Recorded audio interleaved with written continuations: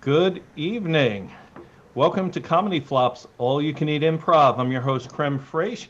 We are pleased to have you here today for our show in support of Planned Parenthood of Greater New York. That's who we're supporting this week. You'll notice on the super cool frame that Rigamarole set up, we have the donation link right on there. We will also put it in the chat box on the YouTube feed. So if you're able to contribute, we would ask you to do so.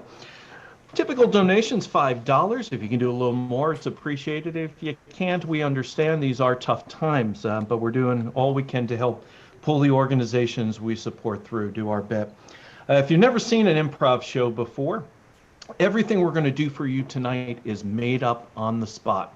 We have a list of games we'll play, and before each game, I will ask you to type your suggestions in the chat box. So before we get into our first game, I'm going to ask for your suggestions. Right now, in the chat box, please type any nouns that you can think of, as many as you can think of, and we're going to incorporate them into our first game in just a moment.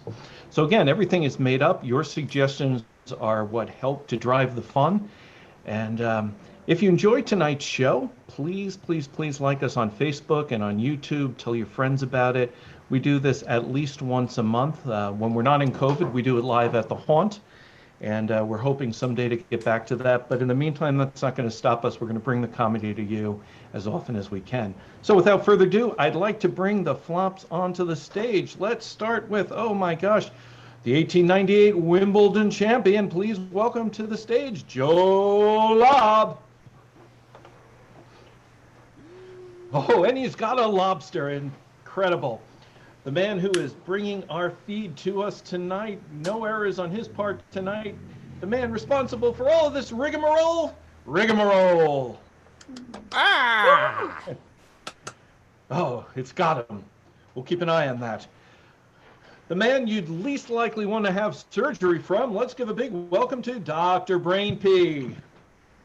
DSB, DSB, DSB. The flop who's going to provide our snacks and refreshments during tonight's show. Please give a big welcome to Rations. And finally, last but definitely not least, because she'll arrest you, please welcome Officer Peggy. Woo, woo, woo. Hang on. All right, we are, Kirsty, ready to go. You excited? Let's do it. Probably. We're going to do this thing. So we're going to start off with a new game. This is one created by Joe Lobb, and it is called Water Buoys. And Joe's going to host it, and he'll explain it to us. Thank you, John. This is, as he said, a game that has never been tested under combat conditions. Water Buoys is, for reasons we need not go into here, dedicated to Mike Scott, who is the founder of that Scotch-Irish band. It's an elimination game, and the way it works is this. We will get from you a word, and that word will be responded to by a flop, and that should be some association of some kind. Following flops will need to satisfy two conditions. It must also be associated with the prompt word, and it must begin with the same letter. At any moment, another flop may challenge that person's association, in which case the person will defend the choice. There will be an opportunity for rebuttal. I will make a decision. One of those flops will die. As with elimination games in general, if someone locks up or if someone repeats, we encourage you to shout, "Die" at your screen. Catharsis is our most important product. And we'll know you did it, or if you didn't. Yeah. No. Think of how many times you wanted to shout "Die" at someone today. Here's your chance. That's right. We will start things off. Flops ready? Ready. The word is giraffe. Okay, and so that's to me. And that's to you. Tall. My association is tall. Tree. Toxic. I challenge. You're on the spot. Go ahead. Defend myself, Officer Peggy. So when we're thinking about trees, when we're thinking about giraffes, rather, we're thinking about these tall animals, right? And when in their own environments, they're actually toxic animals to everyone else. And so they basically encroach on other animals' territories in order to reach the trees and get the food and basically edge them out in the savanna. So the giraffes end up eating the trees, which leads to global warming, and that's the second reason as to why they're toxic. Utter nonsense. So when I think about this, you know, the first thing, when Officer Peggy even went to justify her response, she couldn't remember that it was giraffe and instead put toxic and trees together. So clearly giraffes weren't at all what motivated her to say toxic. Is she to have us believe that giraffes are somehow irradiated and sending nuclear toxins into the environment? It's a ridiculous concept. Like any other animal in the circle of life, giraffes are simply doing their part. Don't hate on the giraffes, Officer Peggy. This is a quandary. You didn't argue that they weren't toxic individuals. I'm a trusting soul. I'm going to believe that Officer Peggy has given us the true fact. So, Crème, you must now die. Die. All right. Next word, Nintendo. And that goes to Rigamarole. Back to me. All right, I'm gonna go with a Mario. Oh, it's me. Maker. Money. Mushroom. Mira. More. Metal. Music. Crap. Challenge. I didn't come up with one because I thought it wasn't coming back to me. All right. So I have to Yeah, defend Rations. myself now? Yeah. Okay. So, since their beginning as a company, Nintendo has been very much associated with music. Granted, they did not actually make music products. Nintendo actually originally started as a trading card company, which many do not know. However, you put the trading cards on the bike wheels, it's music to my ears. Furthermore, throughout their entire history, all of their games have that cute little like 8-bit background music and all that stuff, leading all the way up to Animal Crossing New Horizons, where you'll see everyone post a video of their villagers singing their cutesy little songs every time. I thought this was overrated until I got the game, and I must say, it is music to my ears. Rigamarole.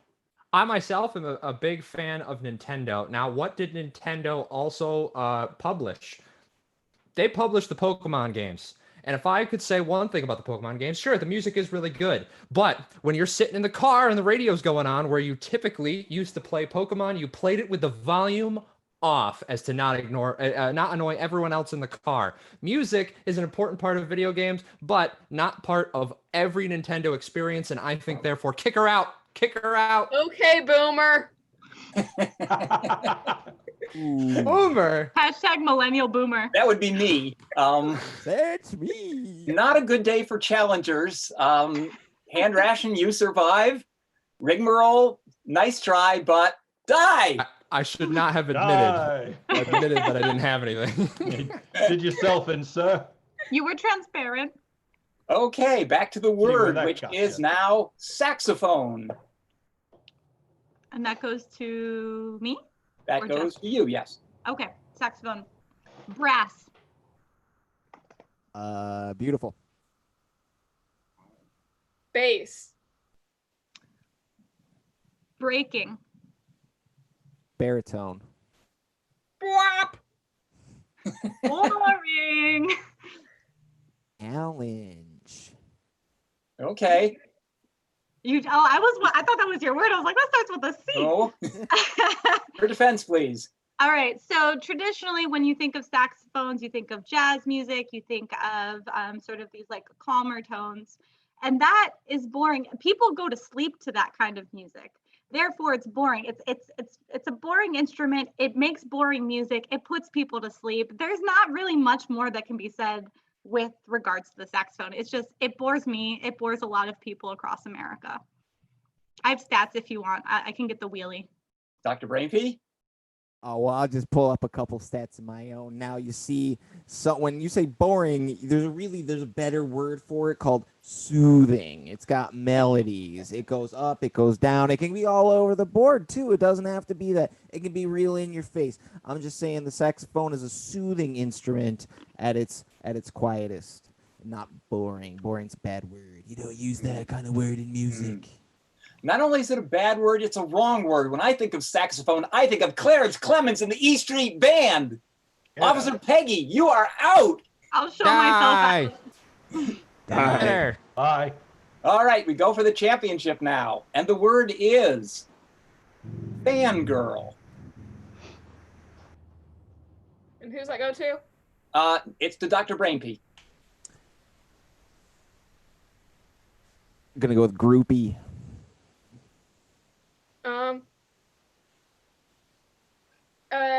Giggling. Gaga. Giant. I don't know. I'll challenge that. Yeah, I think so. They are giant fans of whatever they are fangirling over.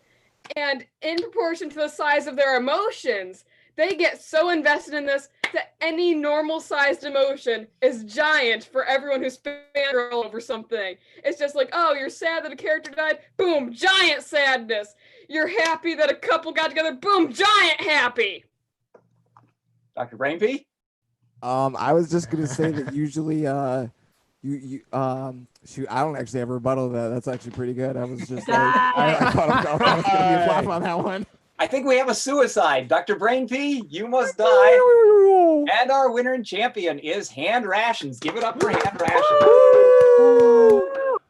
Come on back, everybody. All right. For our next game, I've put this out in the chat, but I still want to give people a chance to put suggestions in. I need you to put in stupid reasons for people to be angry. Stupid reasons for people to be angry. We're going to play a game in a moment called Angry Choir. It's a small choir tonight, so you can think of it as a quintet if you prefer, or a pop combo, if you will, or whatever. Barbershop. Whatever works for your musical tastes.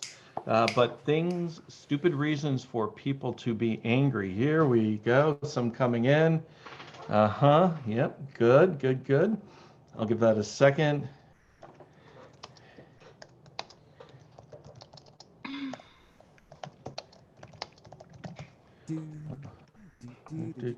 Okay, we got a couple. All right, I've got some to work with here. All right, let's see. Joe Lobb, you are angry about the cables on the TV showing. I am. Yeah. How did you know? Yeah. I know. I pay attention. Okay. Hand Rations, you're angry about having to change the cat litter again. How did you know? Officer Peggy, it's of course giraffes. They're toxic. Yeah, I know. Dr. Brainpee, you are upset with improv comedians. And finally, Rigamarole, you talk about this every rehearsal, people who pick their noses in public. So let's do a quick review, Joe Lobb. Visible TV cables. Hand Rations. Having to change the cat litter again. Officer Peggy. Those damn toxic giraffes. Dr. Brainpee. Improv comedians. Ooh. And Rigamarole. Public pickers. Okay, I'm going to mute and we're going to warm up our choir. They'll, if you haven't seen this before, they'll come on in various configurations and they're going to tell you what's upsetting them because they are mad.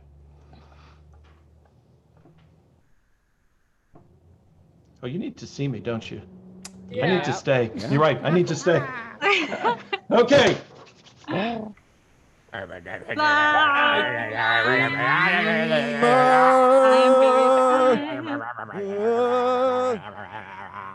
Okay. So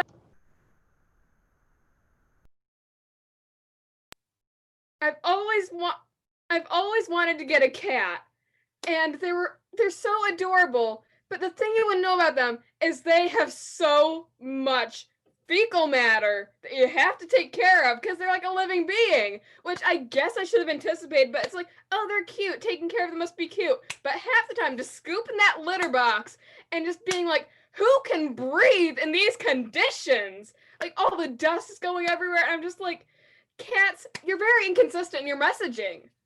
Like, what are you? The coronavirus came along and made everything just a little bit more inappropriate. Before it was here, you could sneeze in public and it wasn't a problem, but you still couldn't pick your nose in public, you disgusting human beings. Oh my gosh. And there's people still out there doing it, thinking it's acceptable to reach on up there and pull out some nasal treasure. I don't like it. The thing about being a short person is that when the giraffes are taller than you, they just taunt you. They're like, look at me, I'm so tall, I have a long neck, I could reach on top of this tree. Do you know what? I wish I could climb a tree, but you know, the last time I did that, I fell on my back because I'm too short to reach. These damn giraffes, they're...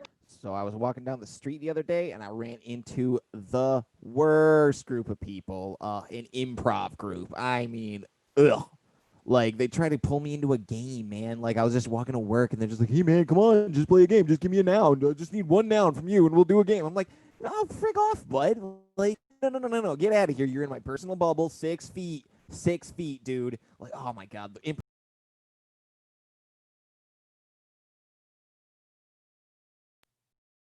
And, like, honestly...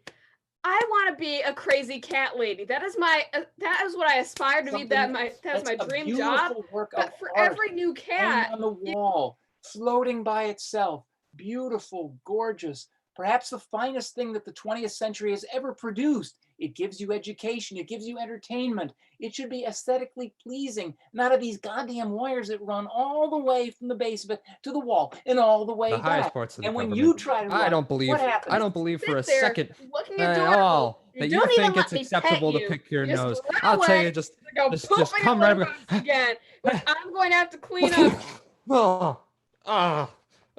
It's gross. You people are gross. You're all gross. hippo world out there. Oh, The what time giraffes somebody are going to just booty bump the hippos out of the situation. And they're going to be all smug and being like, yeah, I can eat the leaves off these trees. Look at how tall I am. Look at my spots. man. They're All so across the beautiful. I have a world. long All right, tail. the only You losers know how tall I am when I was well, born? everybody, This is that's absolutely you ridiculous. not beat Nobody him. needs It's giraffes. terrible. National It's like, Geographic I hasn't would done a just say- special From on head giraffes. to Anyone toe. wonder why?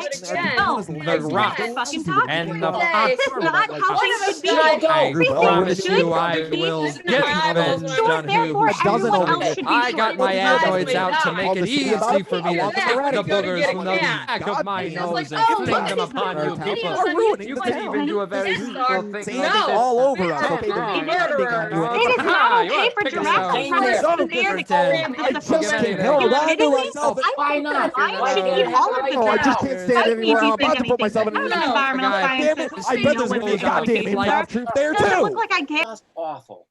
Just can't stand him anymore. You know, improv is probably the worst thing to ever happen to this country since Corona.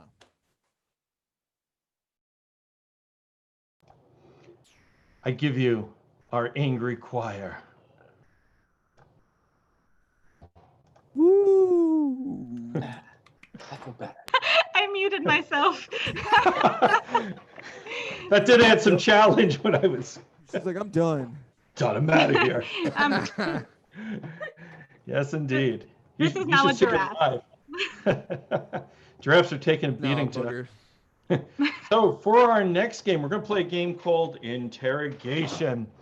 And for this game, this is a guessing game. And we have a suspect, Dr. Brainpee. He's done a terrible thing. And we're going to find out in a minute just what it is he did. And he's going to be interrogated by, of course, Officer Peggy and Rigamarole. So for a moment, Dr. Brainpee, we need you to take off your hearing device. Oh yeah, we're going into mute. Going into mute. Take off the headphones, sir. Okay.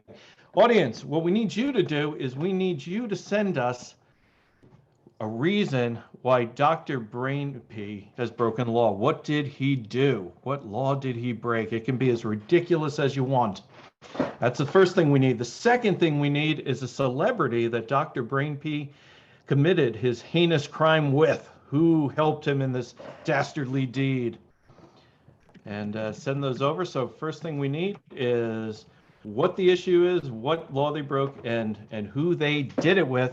And then finally, the last bit of information we need from you is why they did it.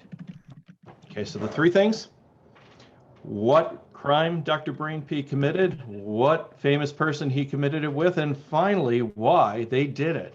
And we'll wait a minute while your answers start coming across the chat box. We'll use, yeah, we know. We'll use that as an opportunity to make Dr. Brainpee really sweat it out. So feel free to glare at him through your screens, and he'll feel it. He'll feel the hatred coming through. Let's see. I'll give it. Oh, here we go. That's a good one, Ari. Thank you. We'll see if a few more come through, but I love what I see there. You know, I love our audience is as sick as we are. That's good. Is this the same the CD eating one or DVD eating? It might be. Yeah. Notorious amongst the flops. Yep, exactly. Okay. Oh, that's a good one. Boy. That's a real good one. Yeah. There's a twisted person out there, Cody, and I think that twisted person lives in your domicile. Maybe. Jeez. Ari owned up to it. Yes, he did eat the DVDs. All right, I think we've got some stuff to work with here. All right. So here is the crime they committed. They touched a squirrel. Oh, no, wait, we have a better crime. Stole the moon. Ari, you came in under the wire. So Dr. Brainpee stole the moon, okay?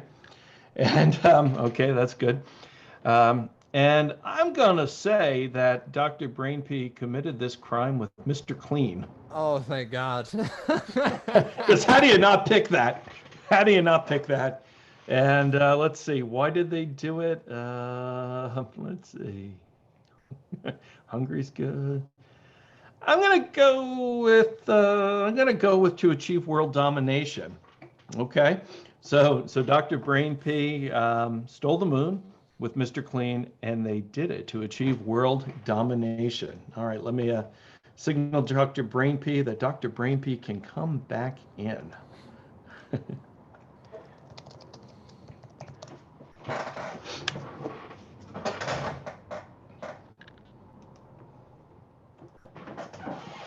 You may have tricked me into this Zoom call, but you'll never get me to divulge my secret plan. Oh, you think it's a secret plan? You think we like these Zoom calls? I'd much rather rough you up in person. One moment. I had technical difficulties. I was still muted. What were you saying? Wallace, hold me back, bro. Hold me back. No. I'm good. I'm cop. ready. I'm good cop, so I'm going to protect you. But my hands are real weak, so you better confess quick. Yeah, confess. You'll never make me confess. You sound like a loon, like an absolute loon. You are you what, a magician? Am I? Did you see me here and then see me there? Maybe we're mad at Buzz and Neil getting there first. Is that it? Maybe I was. Maybe I wasn't. Oh, we know what you did, and you know what you did. You don't have begin to imagine what I have done. Oh, do tell. I'll make a list, and we'll charge you for all of them. 1, obnoxious. 2, handsomely good looking. Don't forget to write that, officer. Oh, that's not actually a crime, though. We're talking about actual crimes. Could you talk about actual crimes? Actual crimes? What actual crimes? You do it at night. Yes, it's nighttime. You're nocturnal. He said it. Damn it! I got too caught up in his shenanigans. Damn it! I really did say it, didn't I? Damn it! You did. Oh, you're being so helpful right now, and I want to let you know that I greatly appreciate it. Oh, but Damn you this just Zoom call. can't help it. Damn my walking into things. This is why I always get foiled. Well, you'll never know anything else. Well, we already know the accomplice. I mean, right, officer, right? Of course we do. I mean, Of course. you could Come on. spot him from a mile away. Could you? It's very obvious. It's interesting you brought in the foil reference. Do you enjoy eating? Do you enjoy your kitchen? Yes, maybe I do, maybe I don't. Maybe I'm an eat-out kind of supervillain. Oh. Do you want to know how we figured it out? Do you? Because I can I say it? Let me say it. Yes, That's the power go ahead. I saw, baby. Ha! Wallace, nobody likes your jokes. Just Oh. I know the guys down in ticketing, they like fake laugh at your jokes, but now's not the time for jokes. We need to get this information out of him because I need to get to the taco truck before they close. So Corey definitely doesn't fake laugh at my jokes, but fine. Was it how shiny he was that made you want to work with him? Maybe it was, maybe it wasn't. Maybe I needed to disappear and I hid behind the shine of Mr. Clean. He said it. you said We're it really again. good at our Damn jobs. it. We're so good. You're Stop making our doing jobs that. easy. I And am that gonna get part- tacos. That part where you did laugh at a joke to get him to confess, that was really good. Yeah. Yes, That's yes, what I was doing right there. yes, definitely that's what she did. It's foiled me. It's very much threw me off my game. So, why did you do it? It's pretty obvious why you did it, since you think you're a super villain and whatever. I am. You've already confessed to the crime. You confessed to who you did it with. Can you just put it on record so we can just make this a clean case, easy peasy lemon squeezy? No.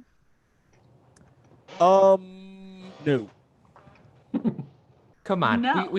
We know. It's all for freedom and for pleasure. Nothing really lasts forever. We understand. We comprehend why you did it. What, you think your brain or something that you could trick us with just your little pinky? We're not that foolish. We're not naive. We're not 6-year-olds. I would've done it myself. Well, really, I mean, you maybe have done it to listen to pop hit songs on the radio. Look, I'm good cop, and I'm gonna call you stupid for that one. Damn it, I thought it was going to work. You have believed all the other things I said. Damn it. Damn it. Again, we're not 6 years old. This is a 6-year-old ambition. This is definitely not feasible, even if you think that you are some type of like super villain. Not feasible. Not feasible. I will take over the world. God damn it. Oh, look at that. Oh, Hey Wallace, you want tacos? Cause this guy just he just needs to go straight to Booker. Booker Let's will well, take do guess it. care of what? him. Here's another magic trick for you. You'll never catch me alive in this coffee shop. he was I'll using a go public get him. Wi-Fi. Yeah, we know where he is. We have your IP address. I'll bring him a taco.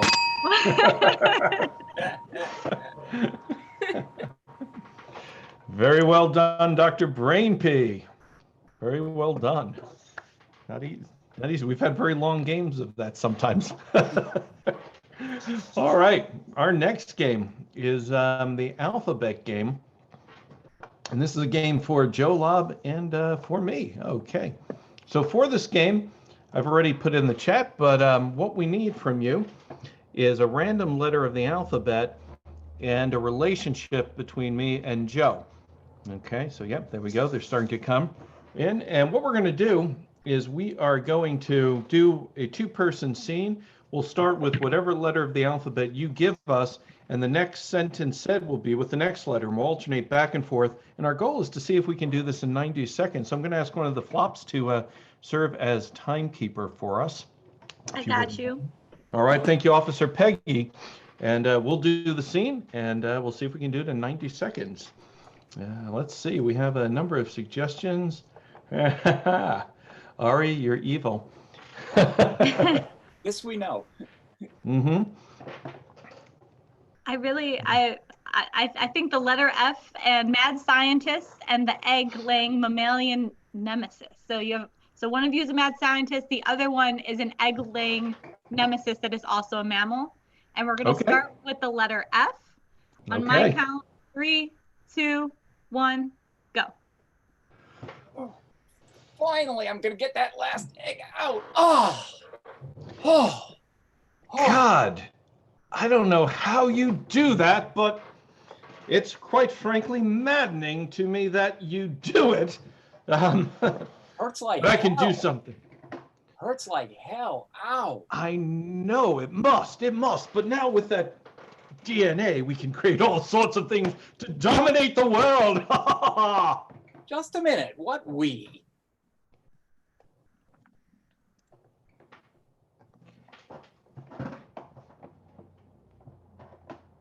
Kelp. You're supposed Love to say... some. You have some?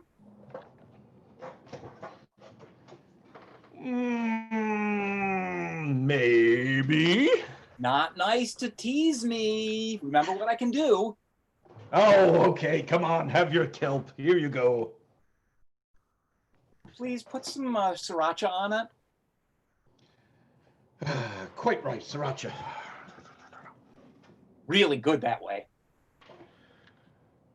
Some say so, but, personally, just a hint of horseradish for me. Taste?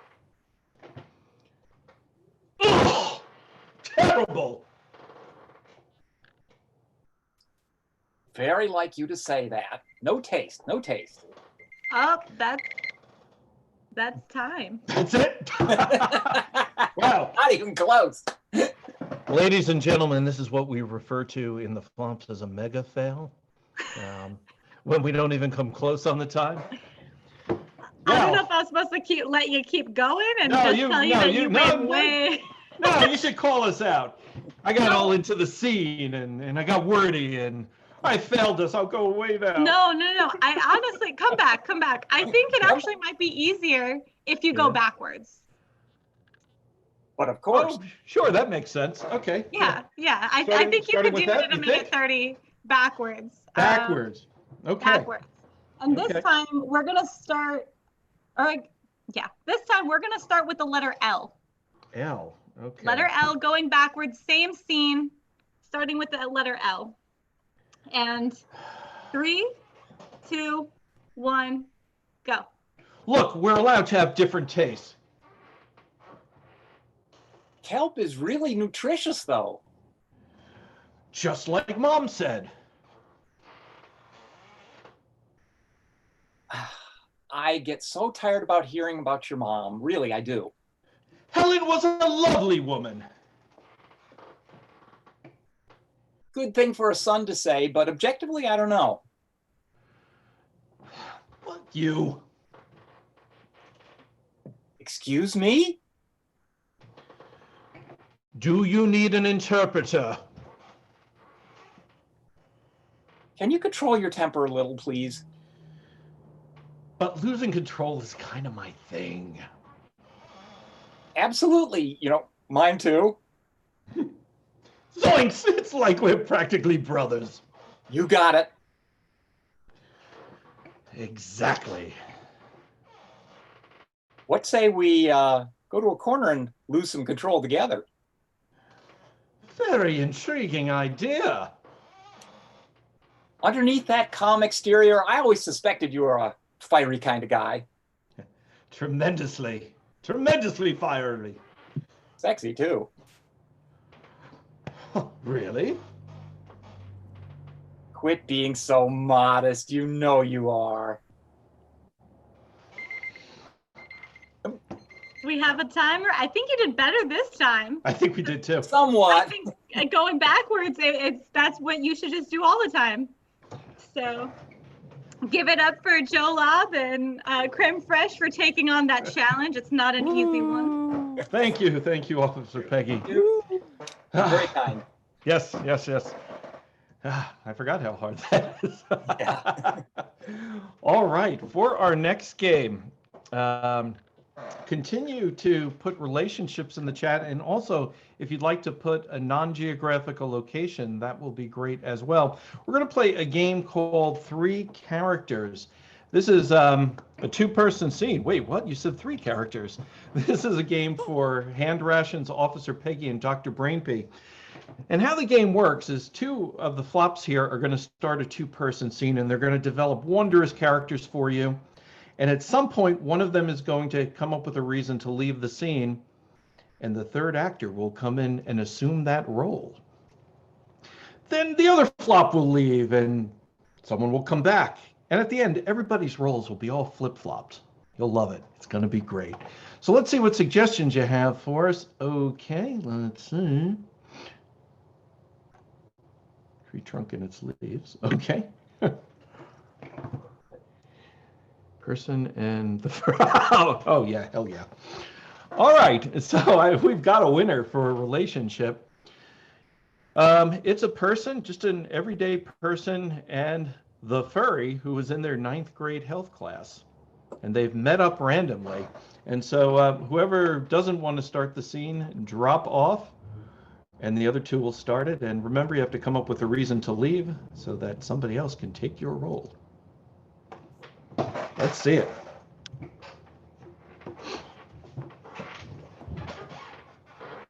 Oh, Hi. hey there. I haven't seen you in years. Yeah, I'm surprised you recognize me without my mask without my mask. Oh wait, the face. No, you got the. Oh, not the face mask. You mean the? I remembered. Yeah, It's like this color, and I remember it was like a.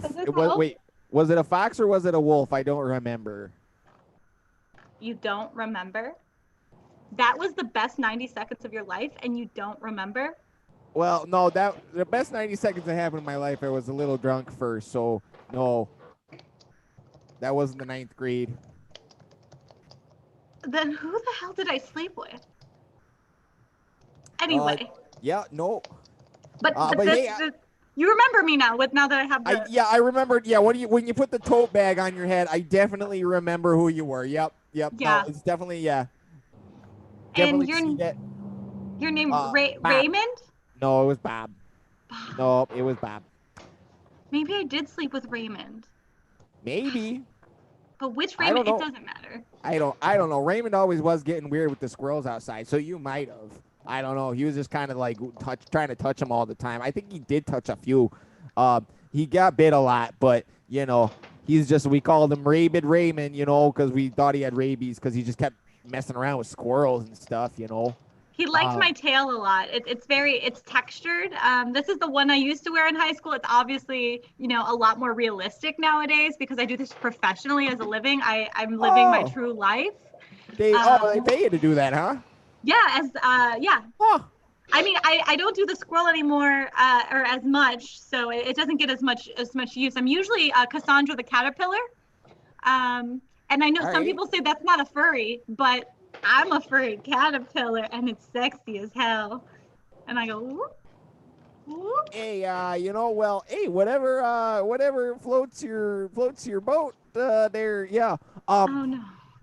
Well, actually, I gotta scoot. The beer store's about to close in like 2 minutes, and I really gotta get there, guy, for fishing. So it was good running India, and tell your folks I say hi. I'm really socially awkward without my mask. I'm gonna just put it back on. Oh, dang! The beer store is closed, and I can't get in. Oh my god! Well, what a turn. I can help with that. Wait, you can help? Yeah. Why do you think I have this mask suit? Oh my god! Thank you so much. It's definitely to rob liquor stores. Yeah, so just use your caterpillar magic or whatever you're doing and slide in there and then get me like a case of that good old Budweiser or something. It might take a little bit longer than normal. When I'm a caterpillar, I have to go at the caterpillar pace. So it might take me a good 20 minutes. Where is the liquor store? That one right there? Yeah, that one. Yeah, that's going to take me a good 20 minutes to get there. Unless you assist me if you assist me and I can travel on your arm or some other body part, I can get there quicker.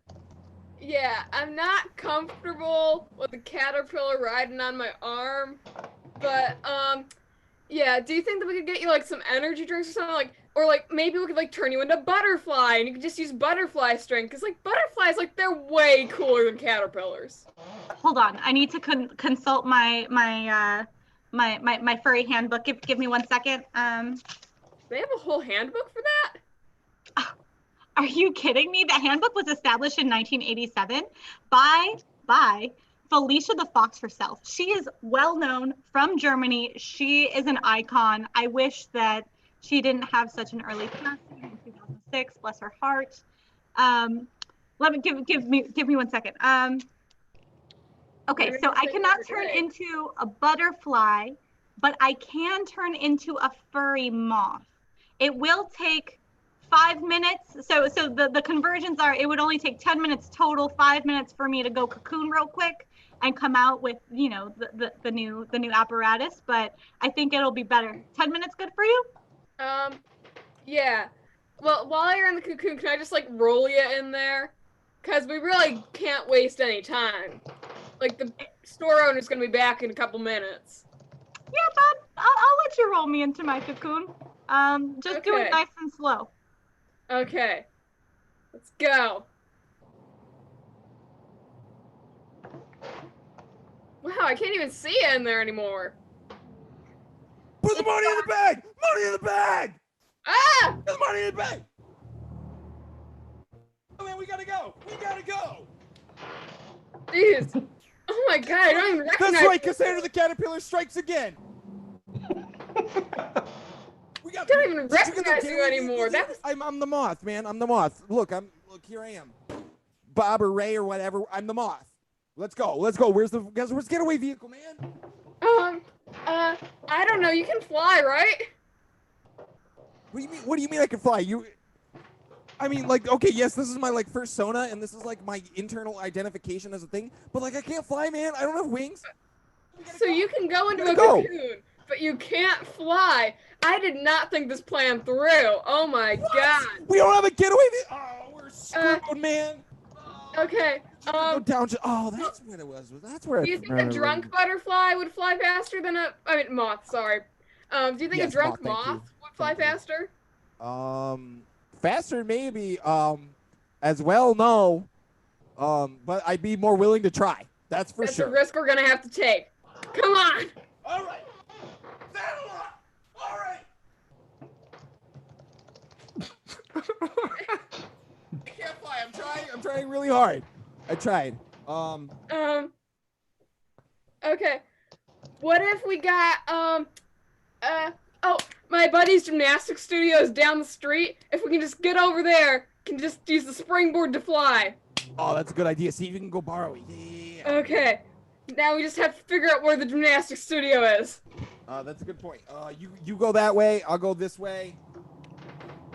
Deal. This is my weirdest Tuesday yet. Not mine.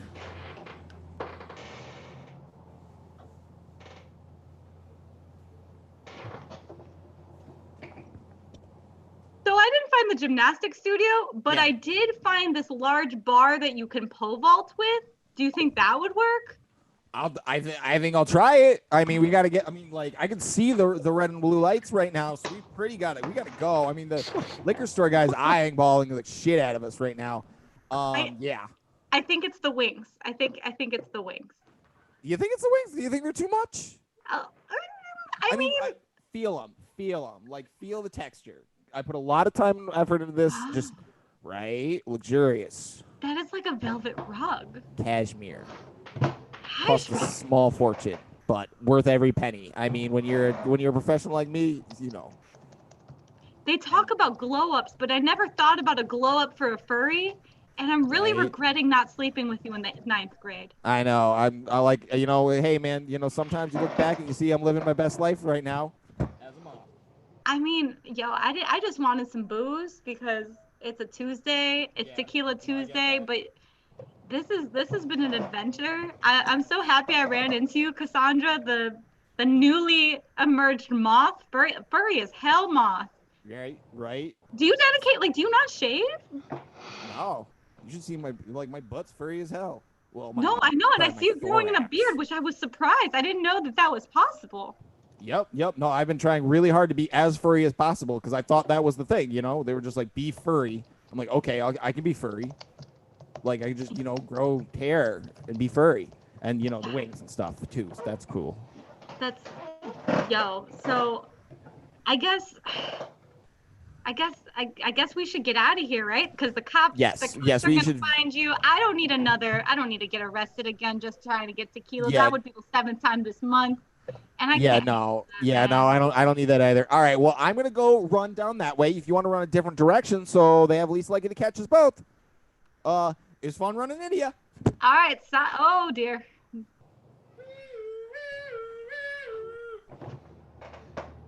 You'll never catch me alive, coppers!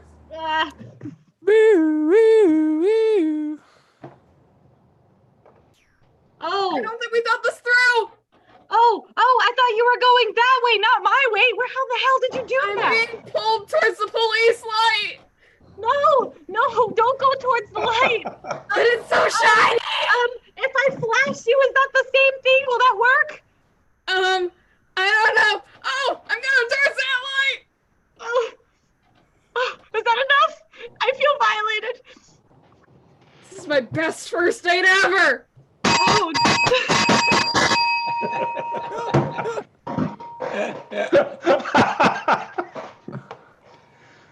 A day that shall go down in Flop's infamy. Nice. For a second, I was like, do I really pull my shirt up? I was like, do not do that, Sarah. That is not a good choice.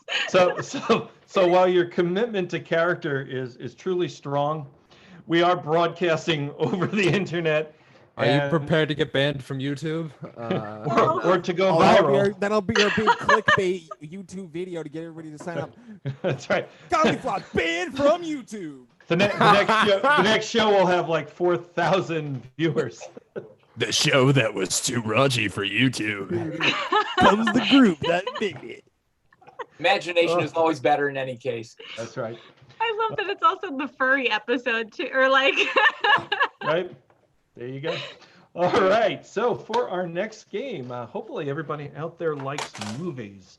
We haven't probably gotten to see one in a real live theater in a while, and that's a shame. But we still see them on TV. And tonight we're going to see a very special scene. We're going to see a scene from an international movie. And unfortunately, it isn't in English. But that's okay. It will be dubbed for your listening pleasure. So this is a game for... Let me see here. This is a game for, me. Okay, I didn't remember that. It's a game for me and Hand Rations. We're going to be the actors. And the folks that are going to dub for us are Joe, Lobb, and Rigamarole. And so what I asked our folks for, in terms of suggestions, were the name of their first grade teacher and where they grew up. And I didn't get a lot of suggestions, but I have enough to work with. So tonight's film that we're going to see is that wonderful international classic, Mrs. Blum in Rio de Janeiro.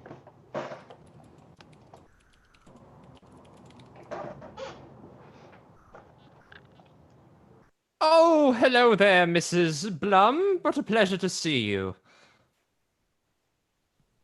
I'm so happy to be here. And I had a great time crossing the equator. Wow, they don't tell you about that.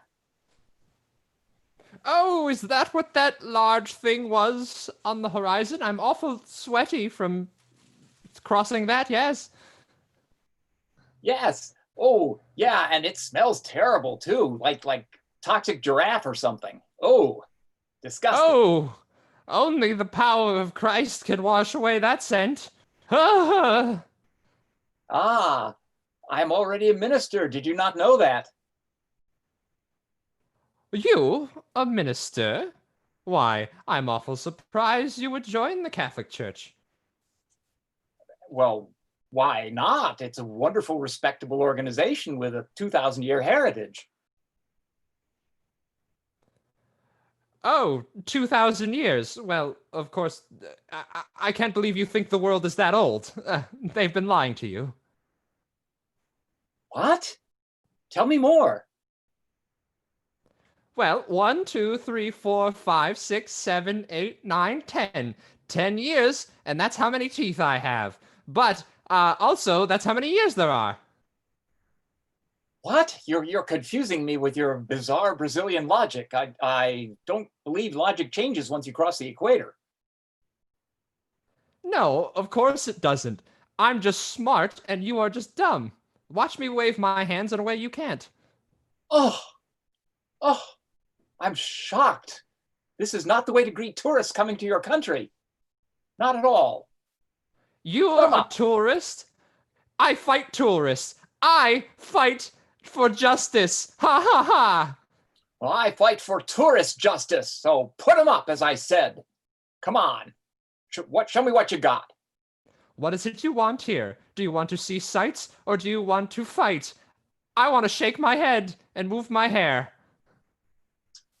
Well, now I'm even more confused than I was before. I think I want to fight first and then see some sights. Okay. Fight, and then we'll go see Rio de Janeiro. And do this weird dance that also looks like a fight. The best dances look like fights. Hey, you're pretty good.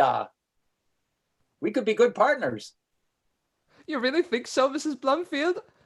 I agree. Watch these moves. Hoo, hoo, hoo, hoo, hoo. Oh, my goodness. Wow, I'm impressed. As are every tourist who comes through here. See? I move my fingers like an expert. You do? Let me go back and give you some more beats like I was doing a minute ago. All right, only maybe the not. freshest. Oh, it's like we're one soul in two bodies. I've never felt so close to anyone before. And I've never felt closer to myself, because you suck. And scene. Thank you. Nice job, Hand Rations. All right. I love that game. That's one of my favorites, actually. That's fun. Yeah. All right. We've got one game left in our first set. And if you've watched us before, you know we take just a small break so we can get water and stuff, and you can get a drink. The drunker you are, the funnier we are, I assure you. And so the last game of this set is an old Flops favorite called Sex with Me. And this game was brought to the troupe by one of our cast who's not here tonight. That is Butter. But now we have to announce that it's not just Butter. It's Dr. Butter, because Dr. Butter passed her dissertation. Let's give her a shout out. Yeah. And rumor has it we may see her in shows in the future, so we're hopeful. But we're really excited for her. Wanted to recognize that. So this game is called Sex with Me, and what I need you to put in the chat box right now are just everyday objects. So in other words, nouns. And we will make a joke around it and tell you why sex with us is like that object. It might get weird. No. I know. Usually That'd be a does. first. Yep. So we'll give folks a minute to catch up with the feed here. Get weird. I would like to point out that Yes. this week we're raising money for Planned Parenthood, so this is responsible sex with us. Yes, thank you, Rigamarole. That's exactly right.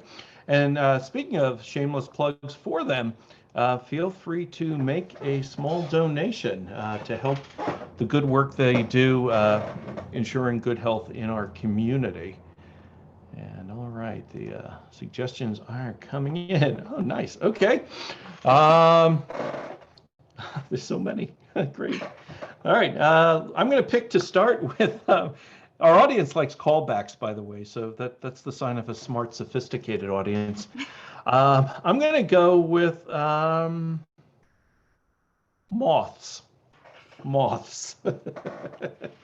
And we'll give a big shout out and thanks to Ari for that one. Okay, moths. Sex with me and moths. Sex with me is like a moth. I'm just kind of waving around in your face until you kind of have to swat me off.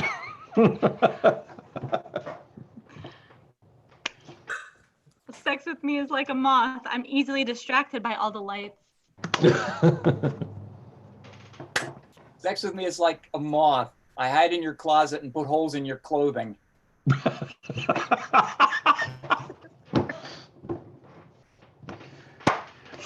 Sex with me is not like a moth. It's better in the dark.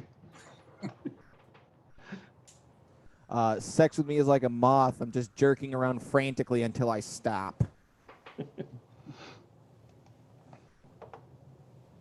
All right, let's get another one. Here's one from Riker. Mangoes.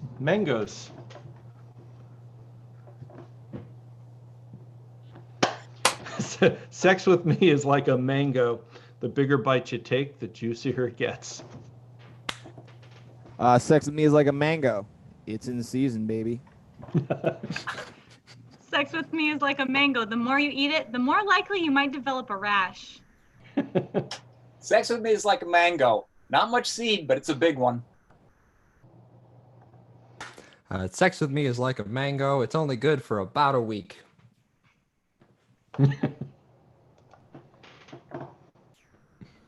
All right. No, go ahead.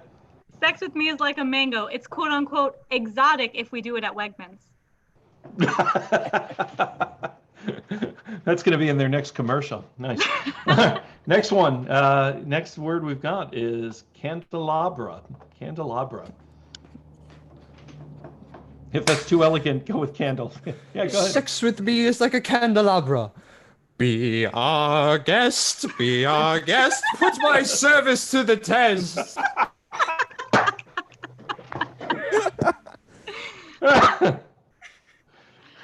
don't even think I could top that. I can't, but I've got one. Sex with me is like a candelabra. It works better when you're fully lit. Sex with me is like a candelabra. It's best on the mantle. Sex with me is like a candelabra. It's even better on Liberace's piano. There it is. Sex with me is like a candelabra. Baby, I'll burn you out.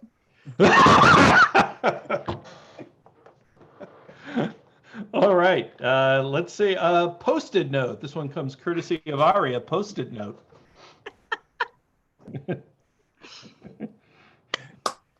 Sex with me is like a post-it note done passive-aggressively. Sex with me is like a post-it note. It's repetitive, it's always the same, and it's sticky.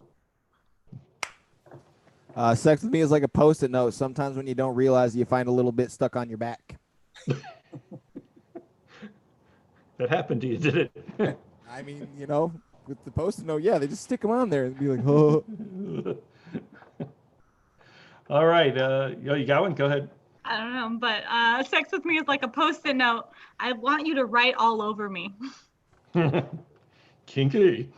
Let's go with typewriter. Sex with me is like a typewriter because, like the keys, you hear my bones clinking and clacking. Sex with me is like a typewriter made obsolete by the laptop computer. I get it. Sex with me is like a typewriter. When you think I'm done, just push me across the bed and I'll reset. Nice. Sex with me is like a typewriter. Always getting jammed.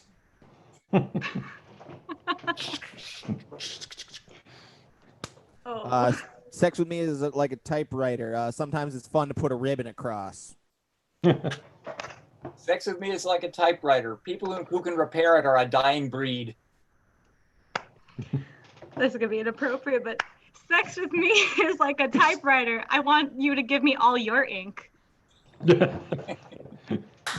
Sex with me is like a typewriter.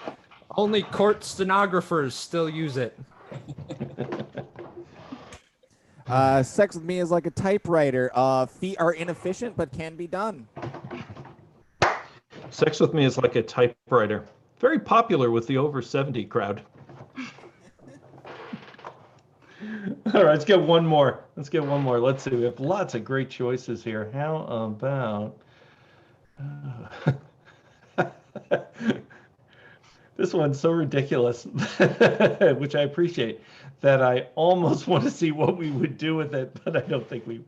I'm gonna do it. Is it the Spencer's one? Biggest one ever. No, that's What were pretty- you thinking? Wait, which one? Copy of Doom Eternal, so very specific, but even more specific for Xbox One. So I'll just throw that out It's as like a copy of Doom Eternal for Xbox One. I only have a PS4. Sex with Me is like a copy of Doom Eternal for Xbox One. Completely obsolete. Okay, no one else wants to go. Okay. I'll try it.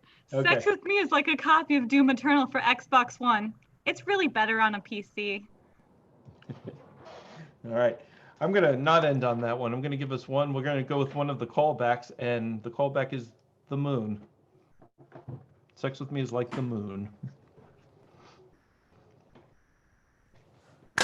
Sex with me is like the moon. It comes and goes in phases.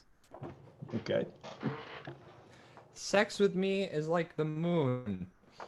Still special, even though Neil and Buzz beat you to the punch.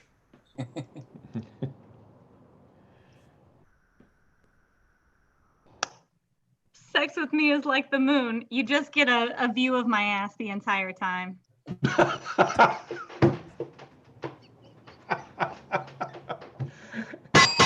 That's Sex with Me. We're going to end on that. I had other ones a brewing, but I figured Moon Man wasn't here. We had to do a nod to Moon Man. That's right. Tip of the hat. Tip of the hat to the Tip of moon the man. hat. Absolutely. All right. We are going to take a 5-minute break. And Rigamarole, I think, is going to put the screen up so you can see the donation link. I will put it also in the chat again. And we'd love to have you contribute. More importantly, Planned Parenthood would love to have you contribute. And we'll be back in 5 with the second set. And there are some fun games in that second set, so stay with us.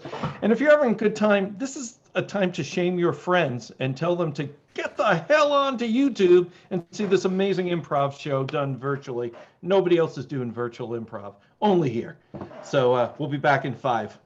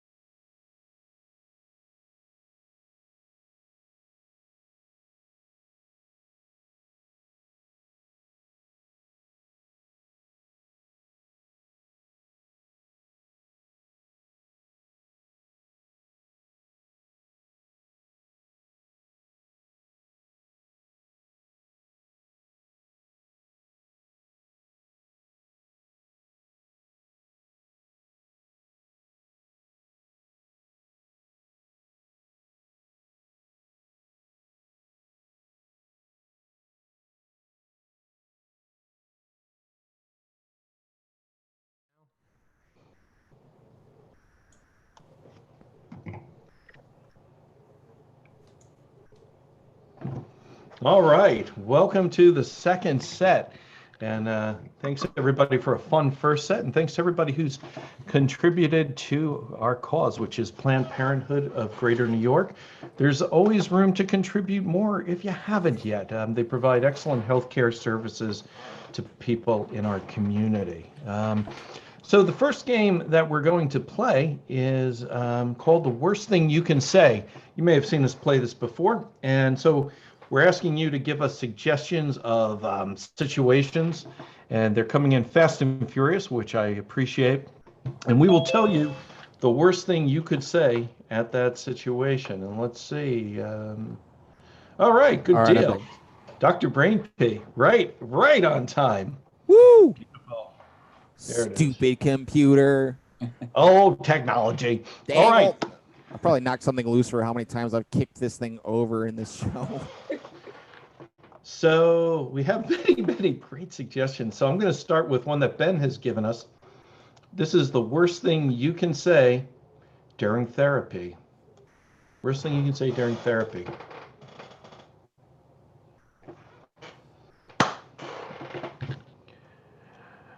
The therapeutic technique that I'm using right now is picturing you naked.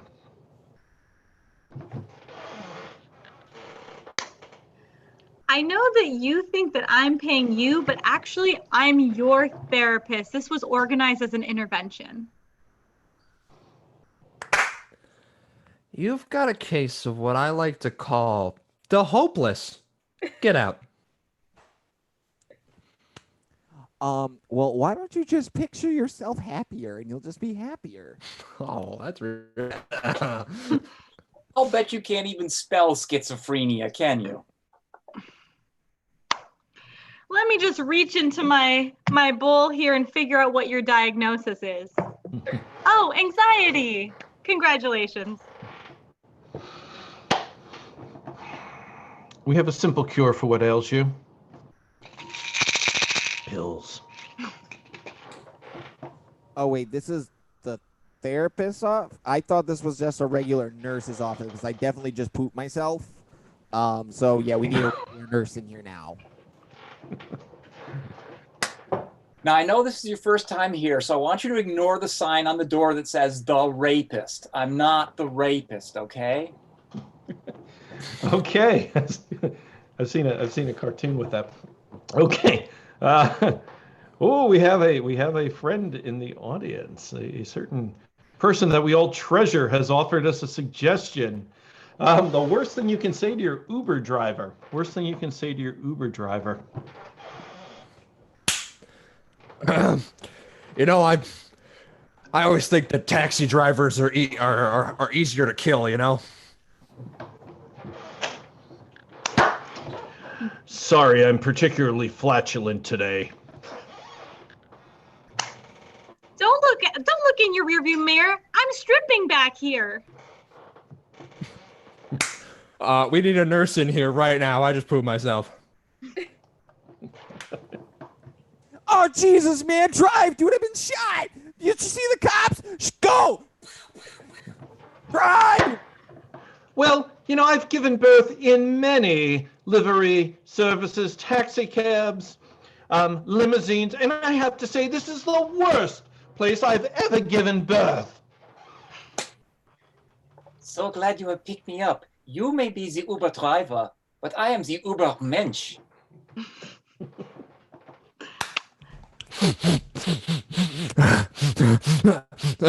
You smell a lot better than the last guy. Tastes better too. Oh, those 14 shots of tequila before this ride weren't a good idea. I don't feel so good. Okay. Worst thing to say during a colonoscopy. Wrong hole. Is that all you got? Wrong hole. Roomy enough in there for you, bud? Lube, more lube. We're taking turns at this, right? Hi, honey, I'm glad you could bring me back from the doctor's. Did you hear me screaming in there? Do you want me to take my furry costume off? Because I'd really prefer to leave it on.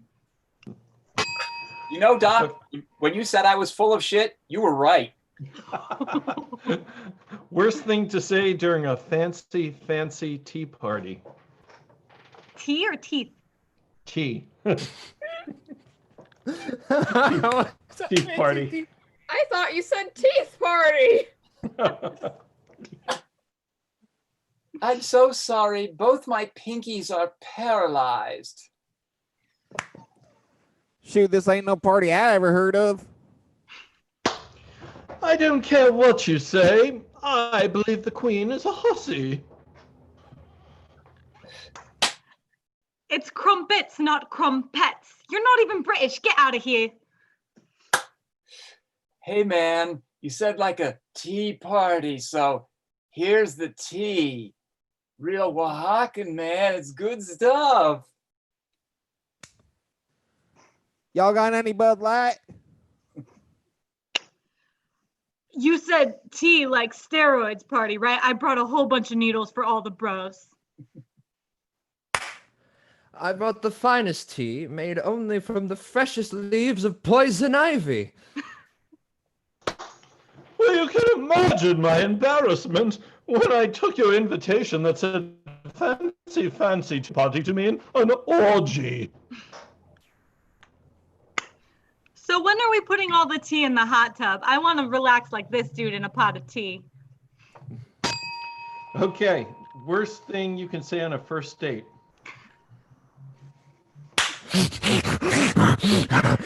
You smell a lot better than the last guy.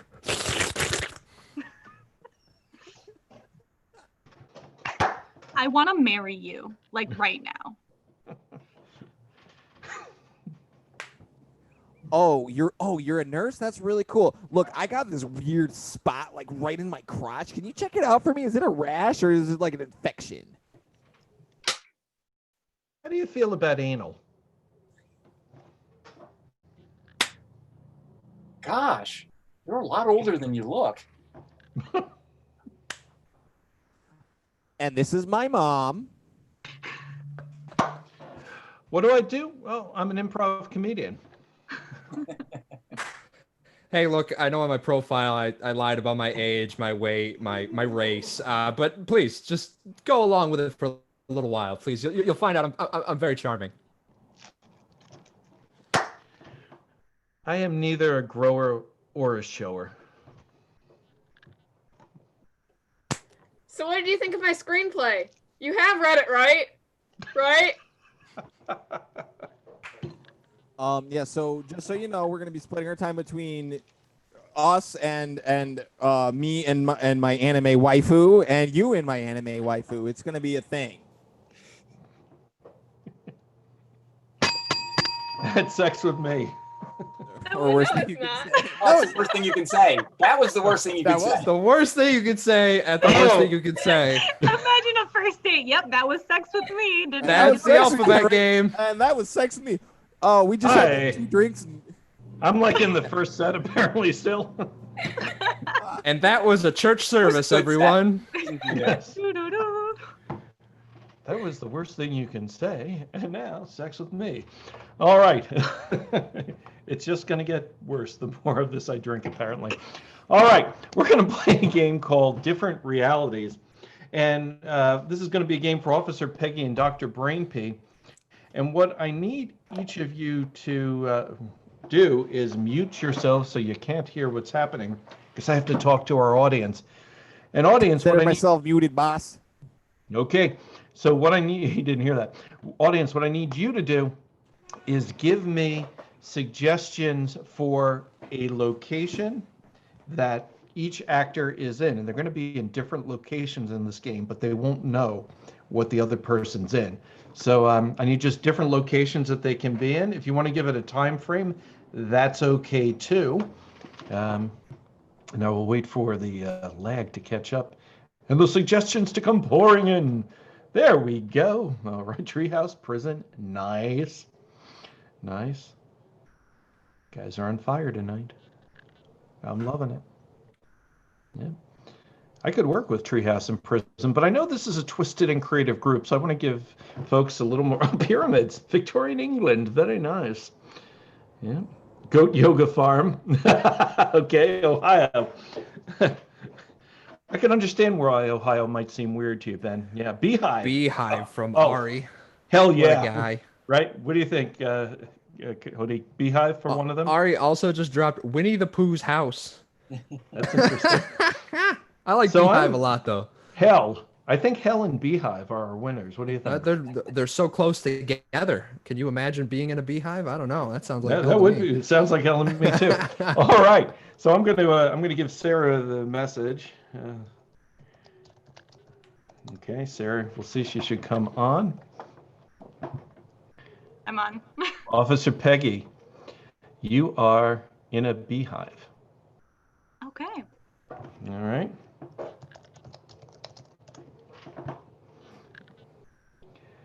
All right, Dr. Brainpee, can you hear me? We're in, boss.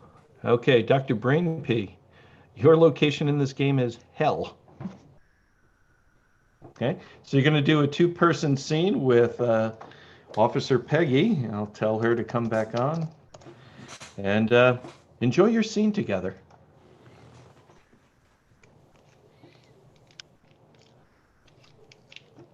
Welcome, welcome, welcome! I am so excited to tour this place. I've been eyeing this for months. I've been traveling the world to see all of the exotic. Yeah.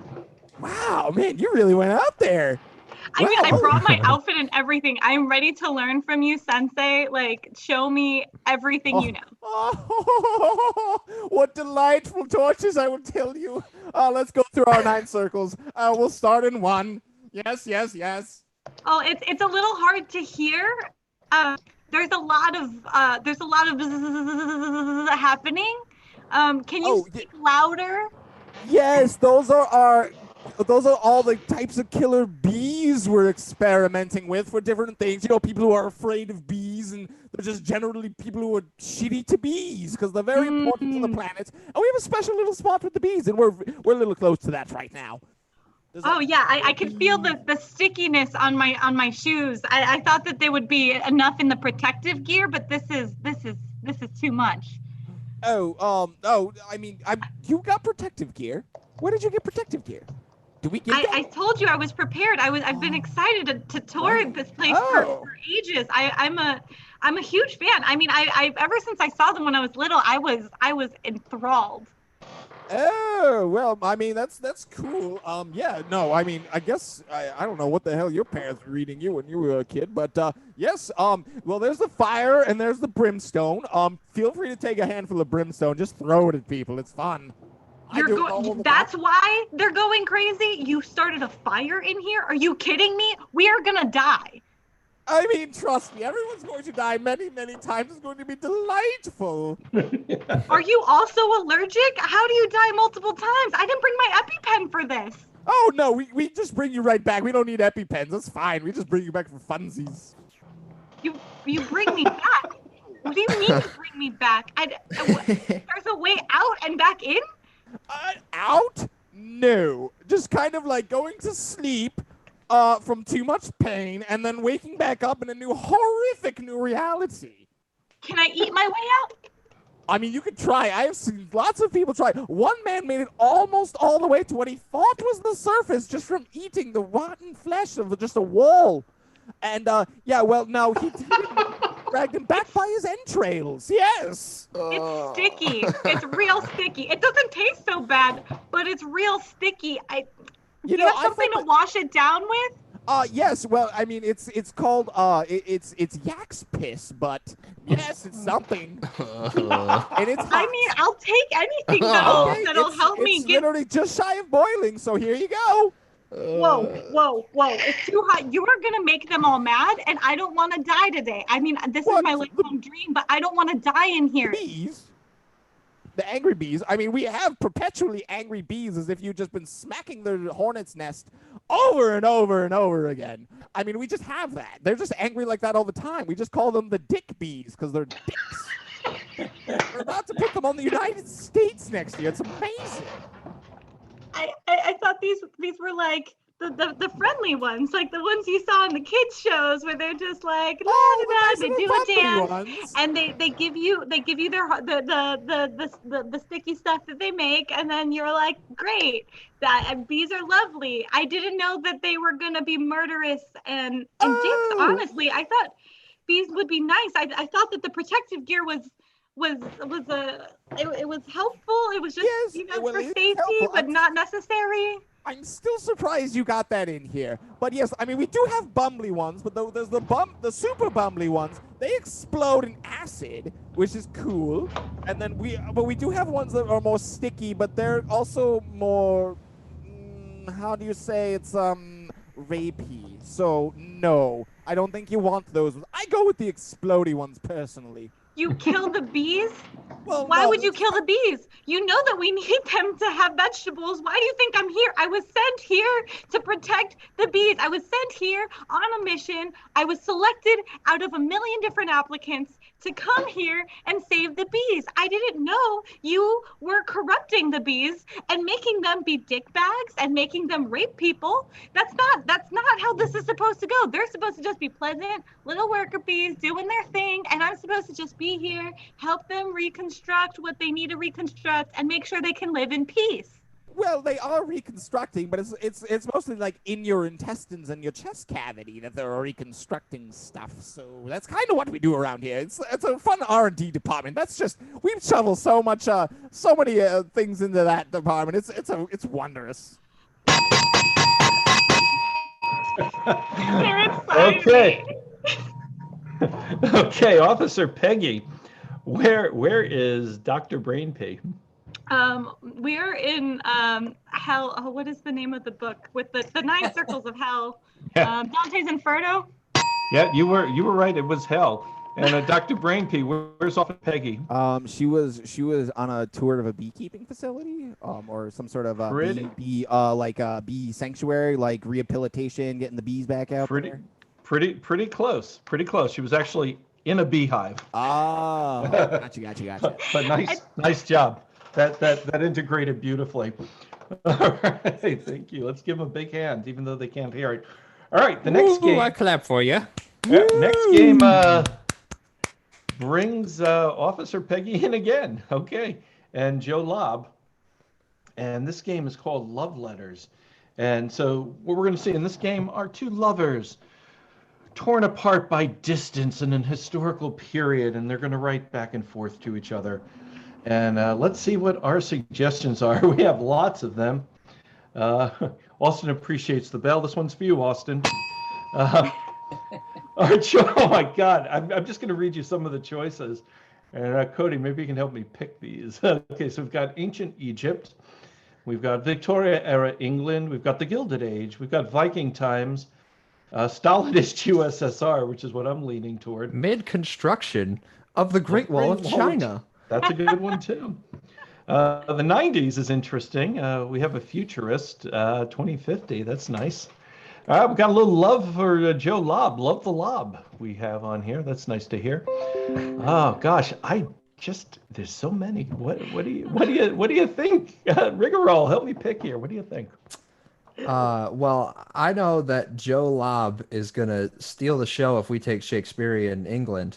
So right. I think it's best for us to steer away from that. I want to go mid-construction of the Great Wall of China. I think that's a good one. Let's see it. 2 lovers at opposite ends of the Great Wall of China as it's being constructed. And begin.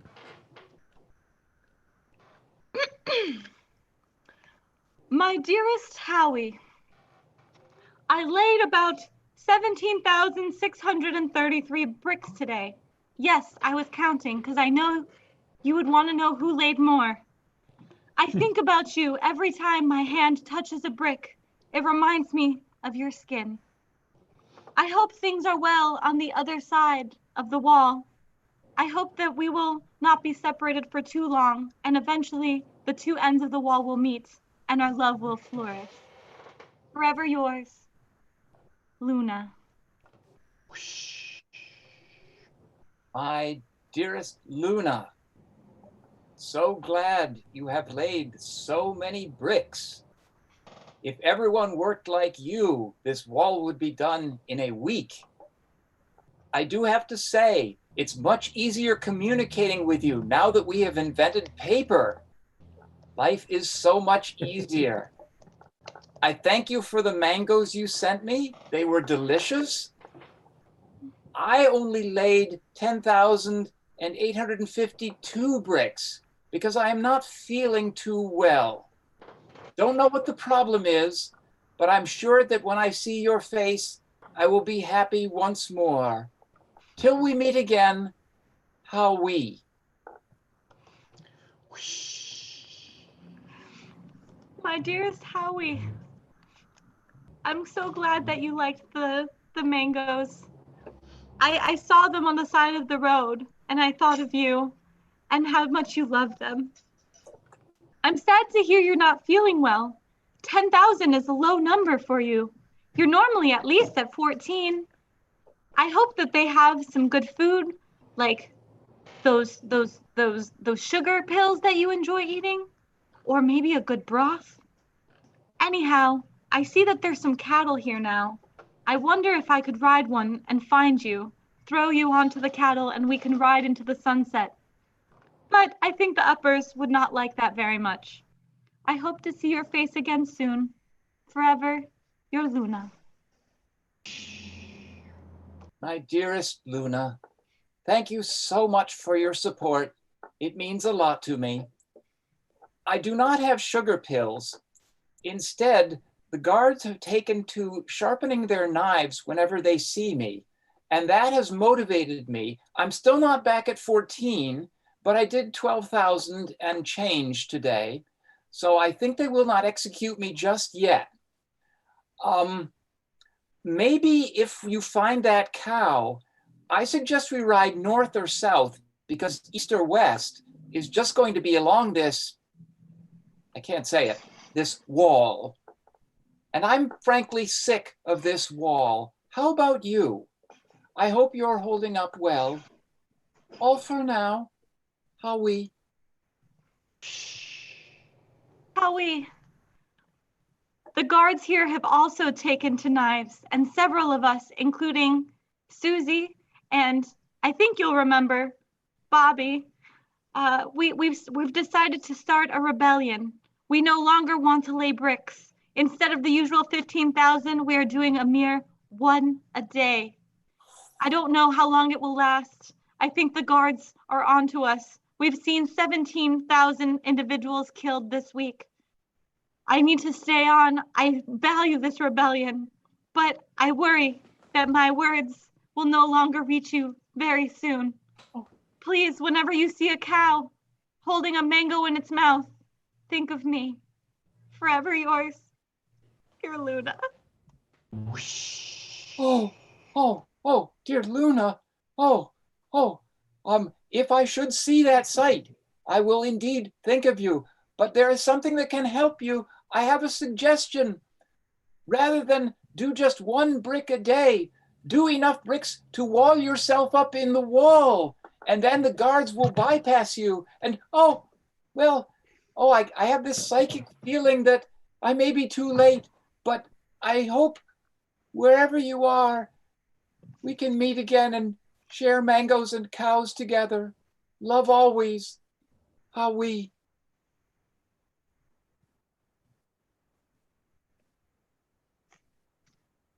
Dear Howie, I did indeed put myself in the wall, but I don't know how to send this message, so I don't know that it will ever get to you.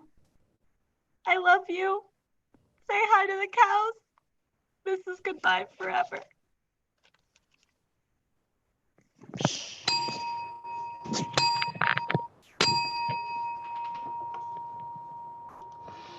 Sometimes it's sad.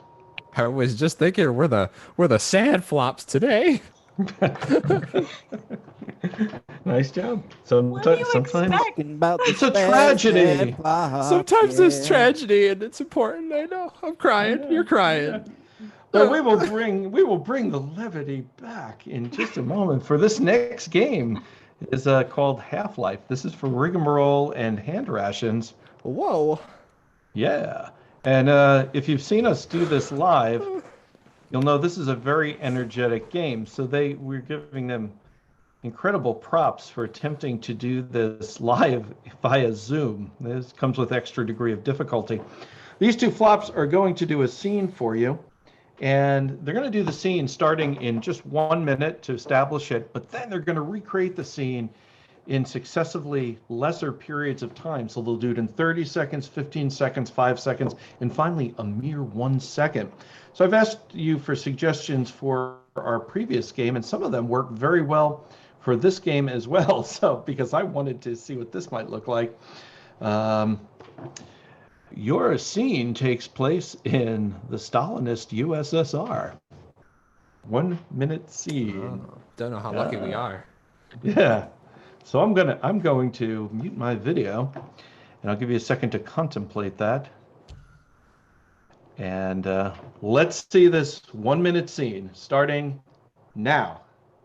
Stalin, I know that you're not very keen on new ideas, but I got a great new idea for our national anthem that I think you'll be really interested in. Okay, let's hear it, but remember, comrade. Lead with Okay. comrade. Go ahead. It's fun to stay at the USSR.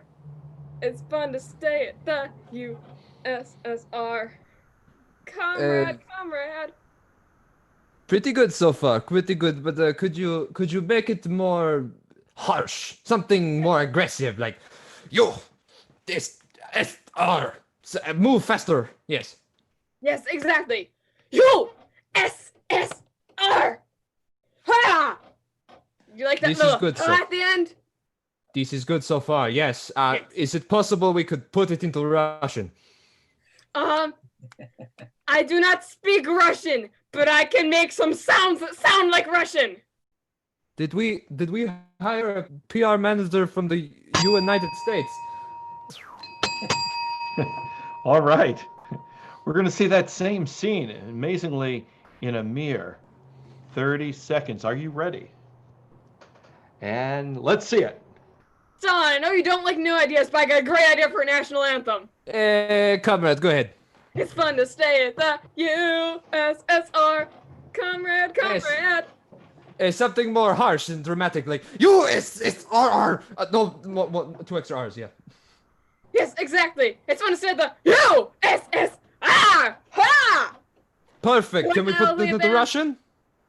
Oh, I do not speak Russian, but I can make sounds that sound like Russian. Did we hire a PR manager from the United States? Okay. That was excellent, but they can do better. They're now going to do the scene for you, our beloved audience, in a mere 15 seconds. Are you ready? Let's see that scene. Son, I know you don't like Comrade. new ideas, but I got a national anthem. It's Go fun ahead, to comrade. stay at the USSR. Comrade. Not harsh enough. USSR. USSR. Ha! Hey, can we put it in Russian? I do not speak Russian, but I can make sounds that sound like Russian. Are you from the US? That was good, but they can do better. They're going to do that same scene for you now in a mere 5 seconds. You can't see me holding up 5. I'm going to do it anyway. There you go. Thank you, Rigamarole. All right. Are you ready, cast? Yeah. Let's see that scene starting now. Stalin, new idea. Comrade. USSR. USSR. USSR. Ha! United States? Pretty good, but they can do better. We're now going to see them do that same exact scene in 1 second. Are you ready? And go. USSR. Can we put it in Russian? Scene. And that is Half-Life. Woo! Some mad dance skills. That's right. So for our next game, we're going to play another Flops original. We played this game originally, I think. Oh, there I am. Played this game originally way back in, I think, like 2012 or 2013. And then we never played it again. And we kind of pulled it out of the archives to dust it off and see how it might go. This game's called Heaven's Gate. And how it works is Rigamarole here is going to be playing the role of St. Peter. I think his career is really looking up, you know. And Rations and myself are going to be two people that have arrived at Heaven's Gate, but unluckily for us, there's only one spot left. And we're going to have to convince him we deserve that spot. To add a little color to the game, we're going to ask you now to put in the chat box how we might have died. So just put in suggestions for how you think we might have died, and we'll sort of incorporate those into the fun. We'll give folks a minute for the lag to catch up, and we'll explore the afterlife together. That's the fun thing. Whether you believe or not, you can believe in this. You can believe in flops. That's right. In flops we trust. I hope when I die, it's exactly like this improv game. Oh God, that'd be great, Oh wouldn't it? my gosh, no thank you. This is stressful. Yep, nope. For all eternity, you're just gonna do random improv games that you're gonna get introduced to right on the spot, and you gotta figure it out. Okay, we've got a couple of suggestions. Oh God, oh, those are good. It's based on a true story. Yeah, really. So, Officer Peggy, why don't you choose how we died, each of us? That way I'm not influencing my own fate. All right. And the suggestions are rolling in. Let's go with Crème Fraiche. You had an avocado overdose. Okay. You ate too many avocados. Okay. It killed you. Damn. I'm sorry, overwhelmed by the snails. The other one, Jess, a cat with 3 toes strangled you. Only 3 toes total. Specific. It is very specific. Thanks, Cadel. So with that, I will mute myself. Okay. All right. Thank you, Officer Peggy. Oh, do we need to recap? Everybody know? I think everybody's got it. Yep. I ate too many avocados. Cat with Okay. 3 toes strangled me. Okay. You two, come in. I know, usually do them one at a time, but both of you. I got some bad news. Okay. You're both in the Book of Life. That's Very the good. good.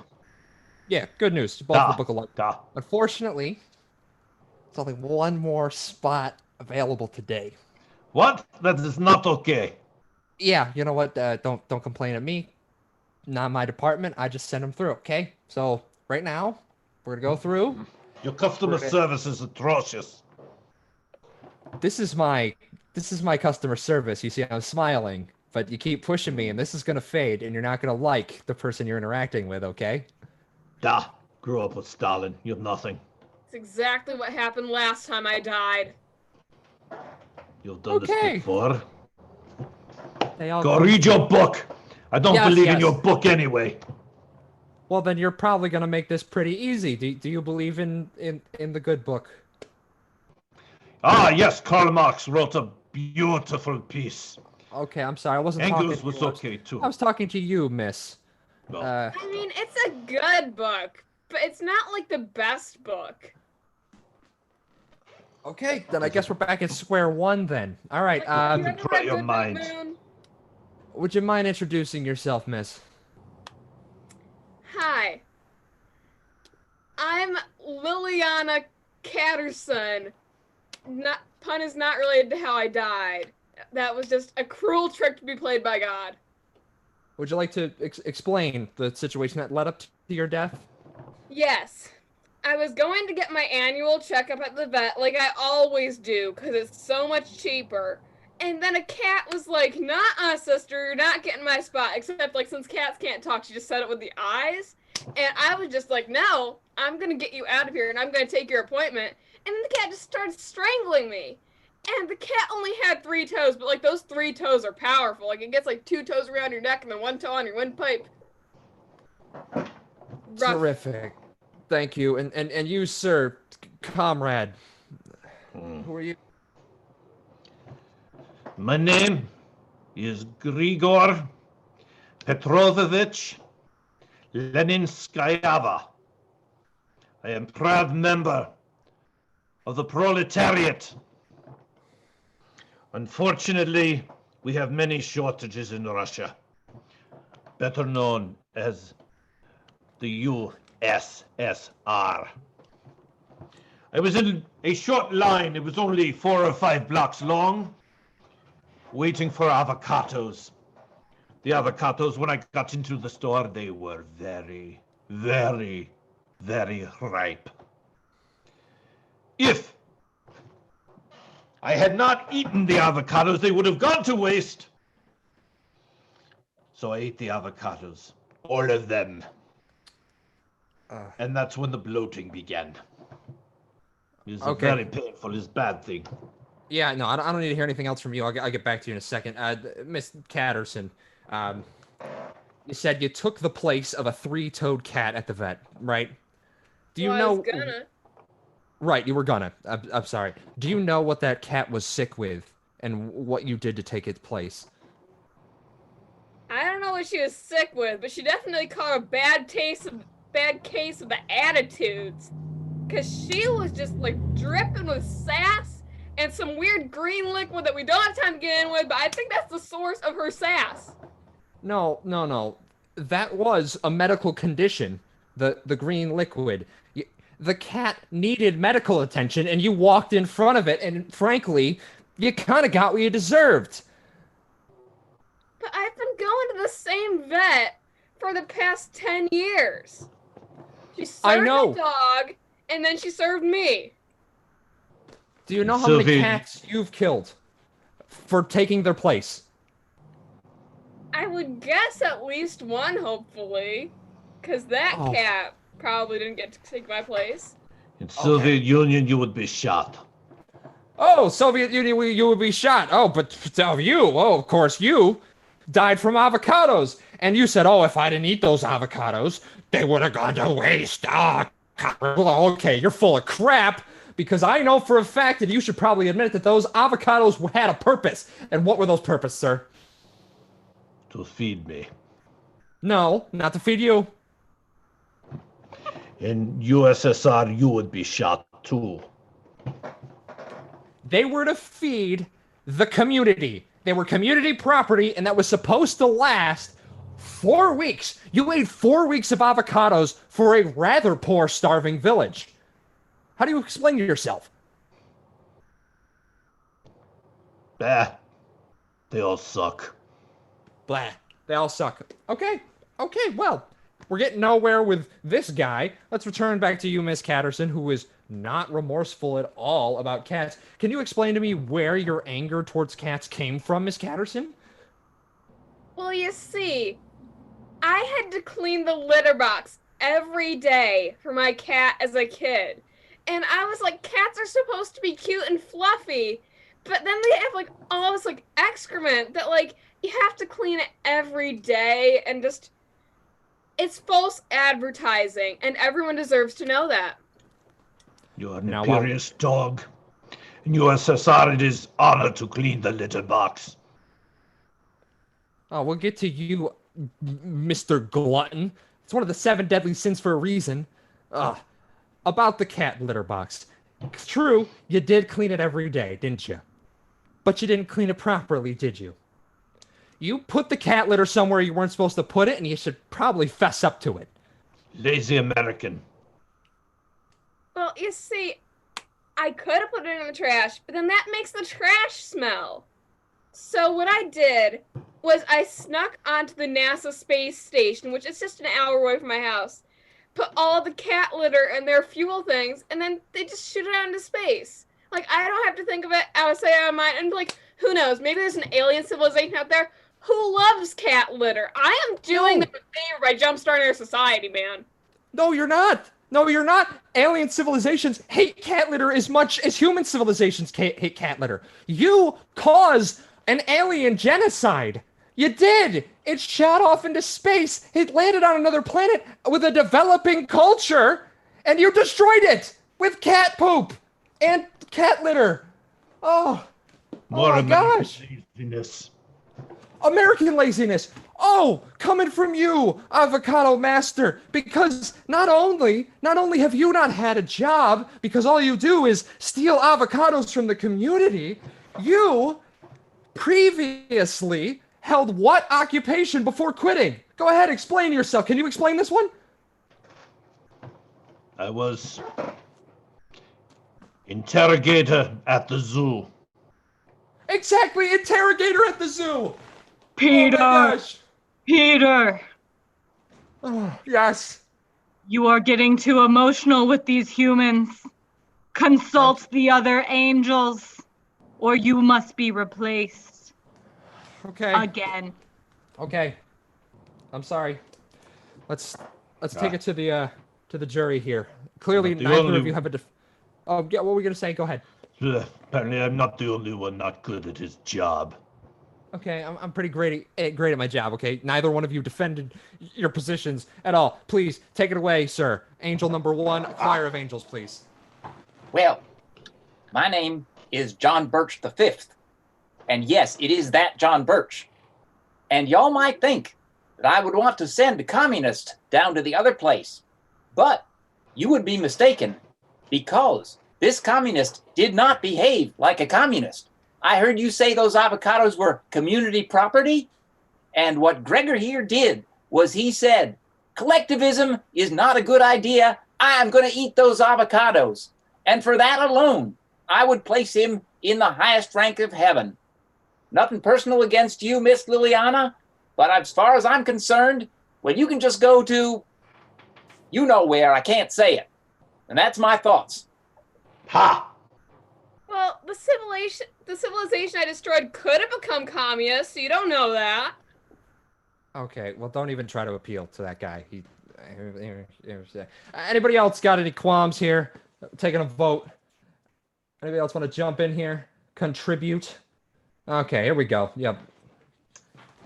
Yes. For those who do not know me, I am Athena. I am in charge of heaven wards.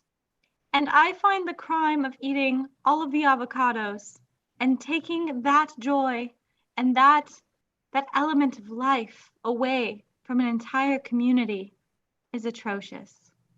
I recognize that the cat heaven would be very upset with Liliana, but here at the orchards, as a representative of heaven's orchards, cats are problematic. Thus, I'm at a loss, but I think I have to think that the avocados is more egregious. So I think Liliana gets fought for heaven because she got rid of the cats, which then kill the birds, which then kill the entire ecosystem of the orchards. So actually, I'm in favor of Liliana, and the plant killer must go down. Okay, thank you, Athena. So the union Francis. should be shot. Francis, you got anything to add? What? Whoa. Hey. Oh yeah. Yeah. I totally got stuff to add here. I'm not just getting back into the office, Peter. No, definitely not. Because I definitely was not discussing with the other angels, because we just got thinking about it once we got talking about a cat with 3 toes. We're like, how many toes is like the world record for a cat to have? You know, like how many toes is there? So like I had to go down to Earth. I had to Google. I didn't go down to Earth, and I didn't Google it, and I didn't find out that there was. It's 28. It's 3 extra paws on the front paws and 1 extra paw on the back paws. So I just definitely did not have that conversation with the other angels, and I was definitely listening the whole time, like you told me. Definitely. Gonna go with Cat Lady though, because I was definitely listening. Damn, Okay. that cat could have killed a bunch of me. You're as lazy as Now- my cousin on the commune. I mean, I found out a little helpful little tidbit. That was pretty cool, right? Bye. In USSR, you'd be shot. Okay. Too much shooting going on. I'll tell you right now. Not enough shooting. That doesn't help. That doesn't help. I favor the opinion of the choir of angels here. And before sentencing takes place, let me take a quick read here. And this is from Ecclesiastes. Send your bread out on the water, because in the course of time you may find it again. And that is for you, Mr. Avocado Man, because you probably shouldn't have taken a risk with that avocado. And well, you're going back into the reincarnation cycle. Now you, Miss Catterton, welcome to heaven. If I had a choice, you wouldn't be here, but welcome to heaven. Yay! Oh, Now I'd advise you stay away from the three-toed cat section. Over there, okay. Stick to dog heaven, please. Ding ding ding ding ding. Just fed a cup. All right. That's Heaven's Gate. And I think we have time for one more game today. So let's bring all the flops back on the screen, and we'll close out tonight with all the flops. We'll close out tonight with good advice, bad advice, and worst advice. And just so we have it, because all of our screens look different, we have an established order of how we're going to answer the questions. There it is in the chat box for us. And so I've asked our flops very stealthily while I was in a scene, or I've asked our audience to give us things that they need advice on. And by all means, keep them coming. Oh, that treasured individual is bringing the gold tonight. Well, our first audience member wants to know this, needs advice on this. Tells us his dog refuses to wear his mask at the dog park. What can he do? Joe Lobb, help him out. Non-compliant canine. Yeah, that's a tough call, because dogs are normally so willing to please and so happy. But when their noses get out of joint, they're probably serious about it. Well, first of all, I would try reasoning with the dog, try explaining why masks are necessary. And then if that doesn't work, you simply practice social isolation. You place this dog where it's never within 8, 10, 12 feet of another dog. And that will serve the same purpose. Now, the dog won't know why it's being isolated, or even that it's being isolated, so it won't be unhappy. I think that's your way to go, social isolation. That works with smart dogs, Joe, but what if you have a dumb dog? Right? Let's face it, dogs are great. We all love dogs. Most of us, at least I hope we all love dogs, right? But some dogs are just stupid as hell. And so for a dumb dog, I don't think that's going to work. So what I would recommend, I like the isolation part, but I think what you have to do is to really make sure they get the message is keep in your pocket firecrackers. And as your dumb dog, starts to like, oh, boop, boop, boop, boop, to the other dog, light a firecracker, kind of throw it in the other dog's direction. And when it explodes, your dog will be like, oh, I shouldn't go there. It'll almost be like he thinks there's an invisible but audible fence going on. And I think that will definitely take care of the issue. So that's my advice. No? Come on, Rigamarole. What? Usually what? I humor you guys by saying that you guys had, you were on the right track, but no, you guys are being stupid tonight. All right. Okay, so bring it on. The problem is, obviously, you still want your dog to go to the park. Like, in both of these scenarios, the dog's not going to the park. So, you want your dog to wear a mask, and a good mask for a dog, covers the snout and the mouth, it gets the nose and the mouth. And what do dogs love more than anything? It's sniffing a butt. A dog loves sniffing a butt. So, option number one, you get a mask, you rub your butt on it, and you give it to your dog, and you let him wear it. That solves it for a little bit, because your dog's going to lose it. It's going to take it off when it doesn't see another person around and want to, snack on some stuff. So your best alternative number two, this is the best option, is that you teach your dog every time they see another person, they run up to that person and sniff that person's butt by inserting their snout into their butt. Look at that. Now that person doesn't have to worry about your dog breathing on them. It's the same as wearing a mask. You're good to go. So dog butt sniff mask win. I'm the smart one. Boom. So you're advocating for butt masks. Nice. Butt masks. Yeah. TM. I gotta Rigamarole say, Productions. I was really skeptical, Rigamarole, but I think you sold me on that one. Exactly. Yeah. So, Officer Peggy, we have a really sort of a metaphysical question. Austin wants to know if he gives up his virginity for Lent, will he get it back on Easter? No. Needs advice on, whether to make that sacrifice. So, as someone from a Catholic background, usually the things that you give up on Lent, or for Lent rather, are things that you hold near and dear to your heart. Giving up one's virginity. So if you really value your virginity, if you give it up, it's not coming back. You can't undo that. And also in the Catholic, just it doesn't work. We don't really promote that within the community. So if you do give it up, as you say, for Lent, and you do it for God, it still is premarital sex, and unfortunately, it does not satisfy the criteria for a Lent sort of action. So I would say you're not going to get it back.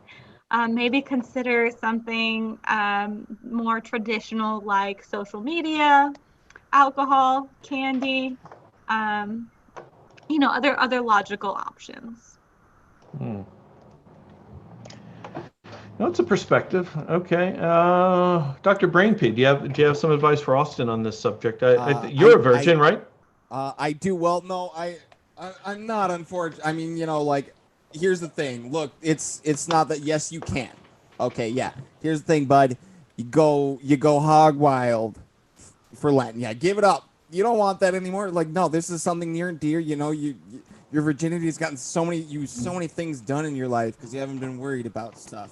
So you're like, all these things I did as a kid. Like, I was a virgin then. Like, and I was just like interested in things, and now I just find no joy in life. You're like, maybe I can bring that back by getting my virginity. So here's what you do. Yeah. So yeah, Lent, you experience it all, and then, but it's not this Easter. It's next Easter, because what happens is you gotta do a waiting time. You gotta go through about that year of celibacy. Just you're not when you not get laid for a year. So we're talking Xbox and Pornhub Premium. And then by next Easter, then you can submit your paperwork to get your V card renewed through the DMV, and it's as easy as that. And like, if you're accepted, it might be a waiting period, but yeah, then you can totally get your V card back. But next Easter. Okay, all right. I don't know if that'll work for you, Austin, but it looks like Hand Rations wants to weigh in on this, so go right ahead, Hand Rations. See, the entire nature of this question is very flawed, because if I give something up for Lent and then I get it back for Easter. These texts are so old that there are many things that, we don't know the actual date when stuff happened because of our whole, redoing the calendar. So technically, any day could be Lent. So you can just give up stuff all the time and then get it back whenever you want and just find some weird technicality in history or just make it up. Most people don't know the actual answers. But better yet, even if there might be somebody who's like, oh, actually, I know the answer. Lent actually happened at this time, and you're just kind of being like a weirdo here. No. You're not going to run into that problem if you start your own cult. If you start your own cult, you can make your own rules with when you give up stuff and when you get it back. And no one can say you're wrong because it's your own cult. I can't argue with that logic once again. Austin, I think go with that one, I would say. We have a question now from, let's see, this is from Ari. Ari always has some good stuff to throw out there as well. This one, Ari would like to know, how does he convince his sister that mugs are a figment of her imagination? So it really falls into the category of gaslighting. And I guess I'll start this one just to offer some sensible advice to this, Ari. Don't do it. It's not a nice thing to do. Don't make your sister doubt her reality, right? I mean, we live in COVID-19. It's really hard enough as it is. So my advice to you on this one is I know it's your sister. I have sisters too. I get it. But I'm going to say at this moment in time, just don't be a dick, okay? That's my advice. No, Rigamarole, really? Okay, Nope. go ahead. No, Go I'll ahead. tell you right now. All right. Mugs are All a right. tool of the political elite. And the top 1% are controlling us with their mugs. And we need to start phasing them out. And that starts, first and foremost, with taking mugs away from non-believers. Okay, I don't drink out of a mug because I'm a true red-blooded, blue-blooded. I love the Blue Blood television show, the one about the cops. So, how do we do this? How do we phase them out? Phase out them cups. Well, first, every time you make hot chocolate from now on, you drink it directly from the pan. If you make it in the microwave, you're not a true-blooded American.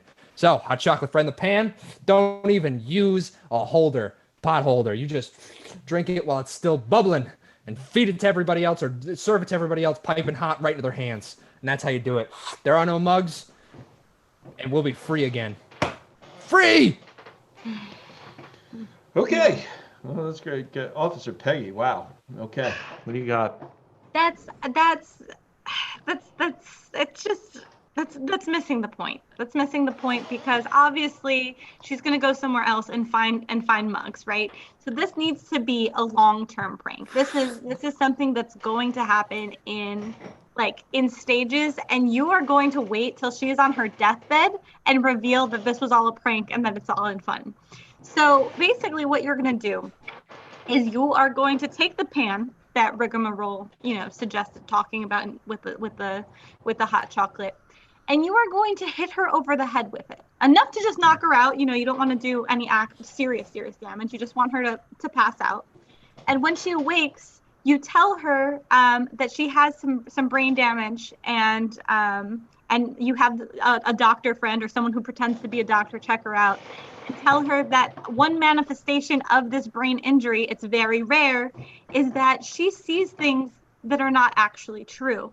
And they will mock, taking a drink from a mug. They will mock putting things into mugs, and she will see the mug. But you will take a video of someone doing that without the mug and show her those realities. And basically, you're doing this consistently so that anytime she sees a mug, she knows that that's not real, that mugs do not exist, that her brain is making up this concept for her. And it's not until she's on her deathbed. And obviously you go with her to all her doctor's appointments, inform the doctors that this is what's going on. It's a prank on it. Say what you got to do to the doctors and they'll go with you. You pay them a couple dollars, they'll be fine. So then when she's on her deathbed, you reveal to her that you actually hit her over the head with a pan and made this all up. But it's a fun prank, and you wanted to do something special for her when she was dying. She may then return to hit you with the pan, but frankly, she's going to die soon anyway, so it should It'll probably just be the bedpan, so.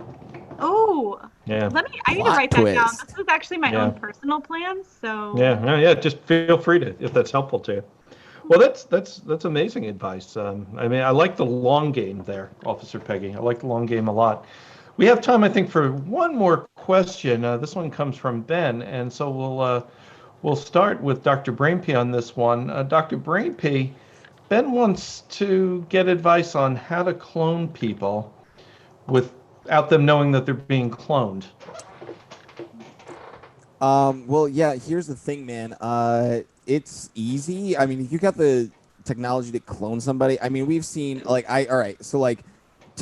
3 things that are just like a real pain in the ass to bring up in comic book. I'm thinking of comic books are time travel is right up there, really. But coming in number 2 are clones, because the trick to it, just don't tell them. Put them in a different city and don't tell them. Then they just literally will think they're a person. There's no reason to be oh, there's a you might be a clone. Am I a clone? And if you think that might be the case, then you need to set up a safe word with your buddy. With me and a buddy of mine, I always ask him, and I also gonna be like, hey man, you from out of town? And he'll be like, no. And no matter how hammered he is, in what state he is at any time, I never, ever, ever hear him say that he's from out of, just do an instinctive yeah. He's always said he's not from out of town. So, yeah, just that's how you prevent it, to make sure you're not a clone or not your clone. If you encounter your clone and you find that out, you'll know you are you. Wow. Okay. Complex. So, hand rations. help our friend out here. Yeah. How do they clone? Unfortunately, cloning technology is still in its early stages. Like, I know that people have like cloned dogs and sheep apparently. Yeah. But like, how do you know that's not just another dog that looks like your dog? A lot of dogs look similar. Which, So doppelgangers. yeah. So my point is, the best clone is the clone you already have. There's some statistics where it's like, oh, there's like 5 people on this earth who probably look exactly like you do because of genetics and all that stuff. I don't know, that's science stuff that I don't understand. However, you don't need to find a doppelganger for this to work. All you need to do is turn yourself into that person. Everybody always tells you to be yourself. No. You gotta look at this person, copy their every movement, invest yourself in their memories so that you are indistinguishable from this person. And then and only then do you become the clone with your friend not being any wiser. All right. No. It's interesting. No, Joe, no? That might work with people who have thespian talents, but clearly the person asking this question is a hardcore scientist. And that person already knows that the technology is there. The government doesn't want us to know about it, but people, no problem. So what I suggest this person do is, first of all, collect the DNA, and that's easy. Just watch any police show. You can get it off a soda can, you can get it off a cigarette butt. So you get that person's DNA. And then you start nurturing these little clones. Now, you don't want the person, the source of the clones, to know that he or she is being cloned. So what you do, and this is a chance to exercise some scientific virtuosity here, which I know you will jump at, you tweak each clone. So say the person has brown eyes. You give one clone blue eyes. Say the person is male. You tweak the clone so that it's female. Say the person is a Yankees fan. You tweak this clone so it's a Red Sox fan. The possibilities are endless. Just think of how you can advance science by creating all these clones, and the model, the original, will never have a clue. Never know. That's what you do. Okay. Well, I hope that's been helpful. Screams ethical, like DNA messin meddlin. Yes, indeed. Why, gosh, I hope Is that's it even helpful. a clone if it's different? Shh. Well, that's for next show. Genotype and phenotype. Yes, it is a clone, no matter what it looks like. Ooh, interesting. Hi, welcome to Comedy Flops After Hours, where we discuss the metaphysical question of, is a clone a clone? All right. Are you a clone? Are you a clone? That's for the furries, 2 and now we're a.m. getting into ethics and science. And next one we'll know furry clones. My God. Man. I just What's want to go happening back here? in my cocoon.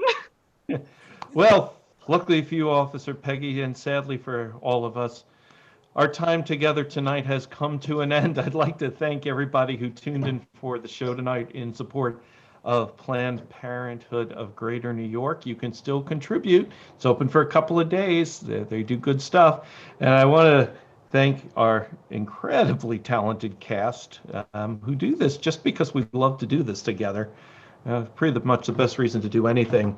We'll figure out our dates for our next shows. We'll put them up on our Facebook page and in some various groups. So keep tuned to that. Like us on Facebook if you haven't. Follow us on YouTube if you haven't. Tell your friends, tell your neighbors, and we hope to see you at the next show.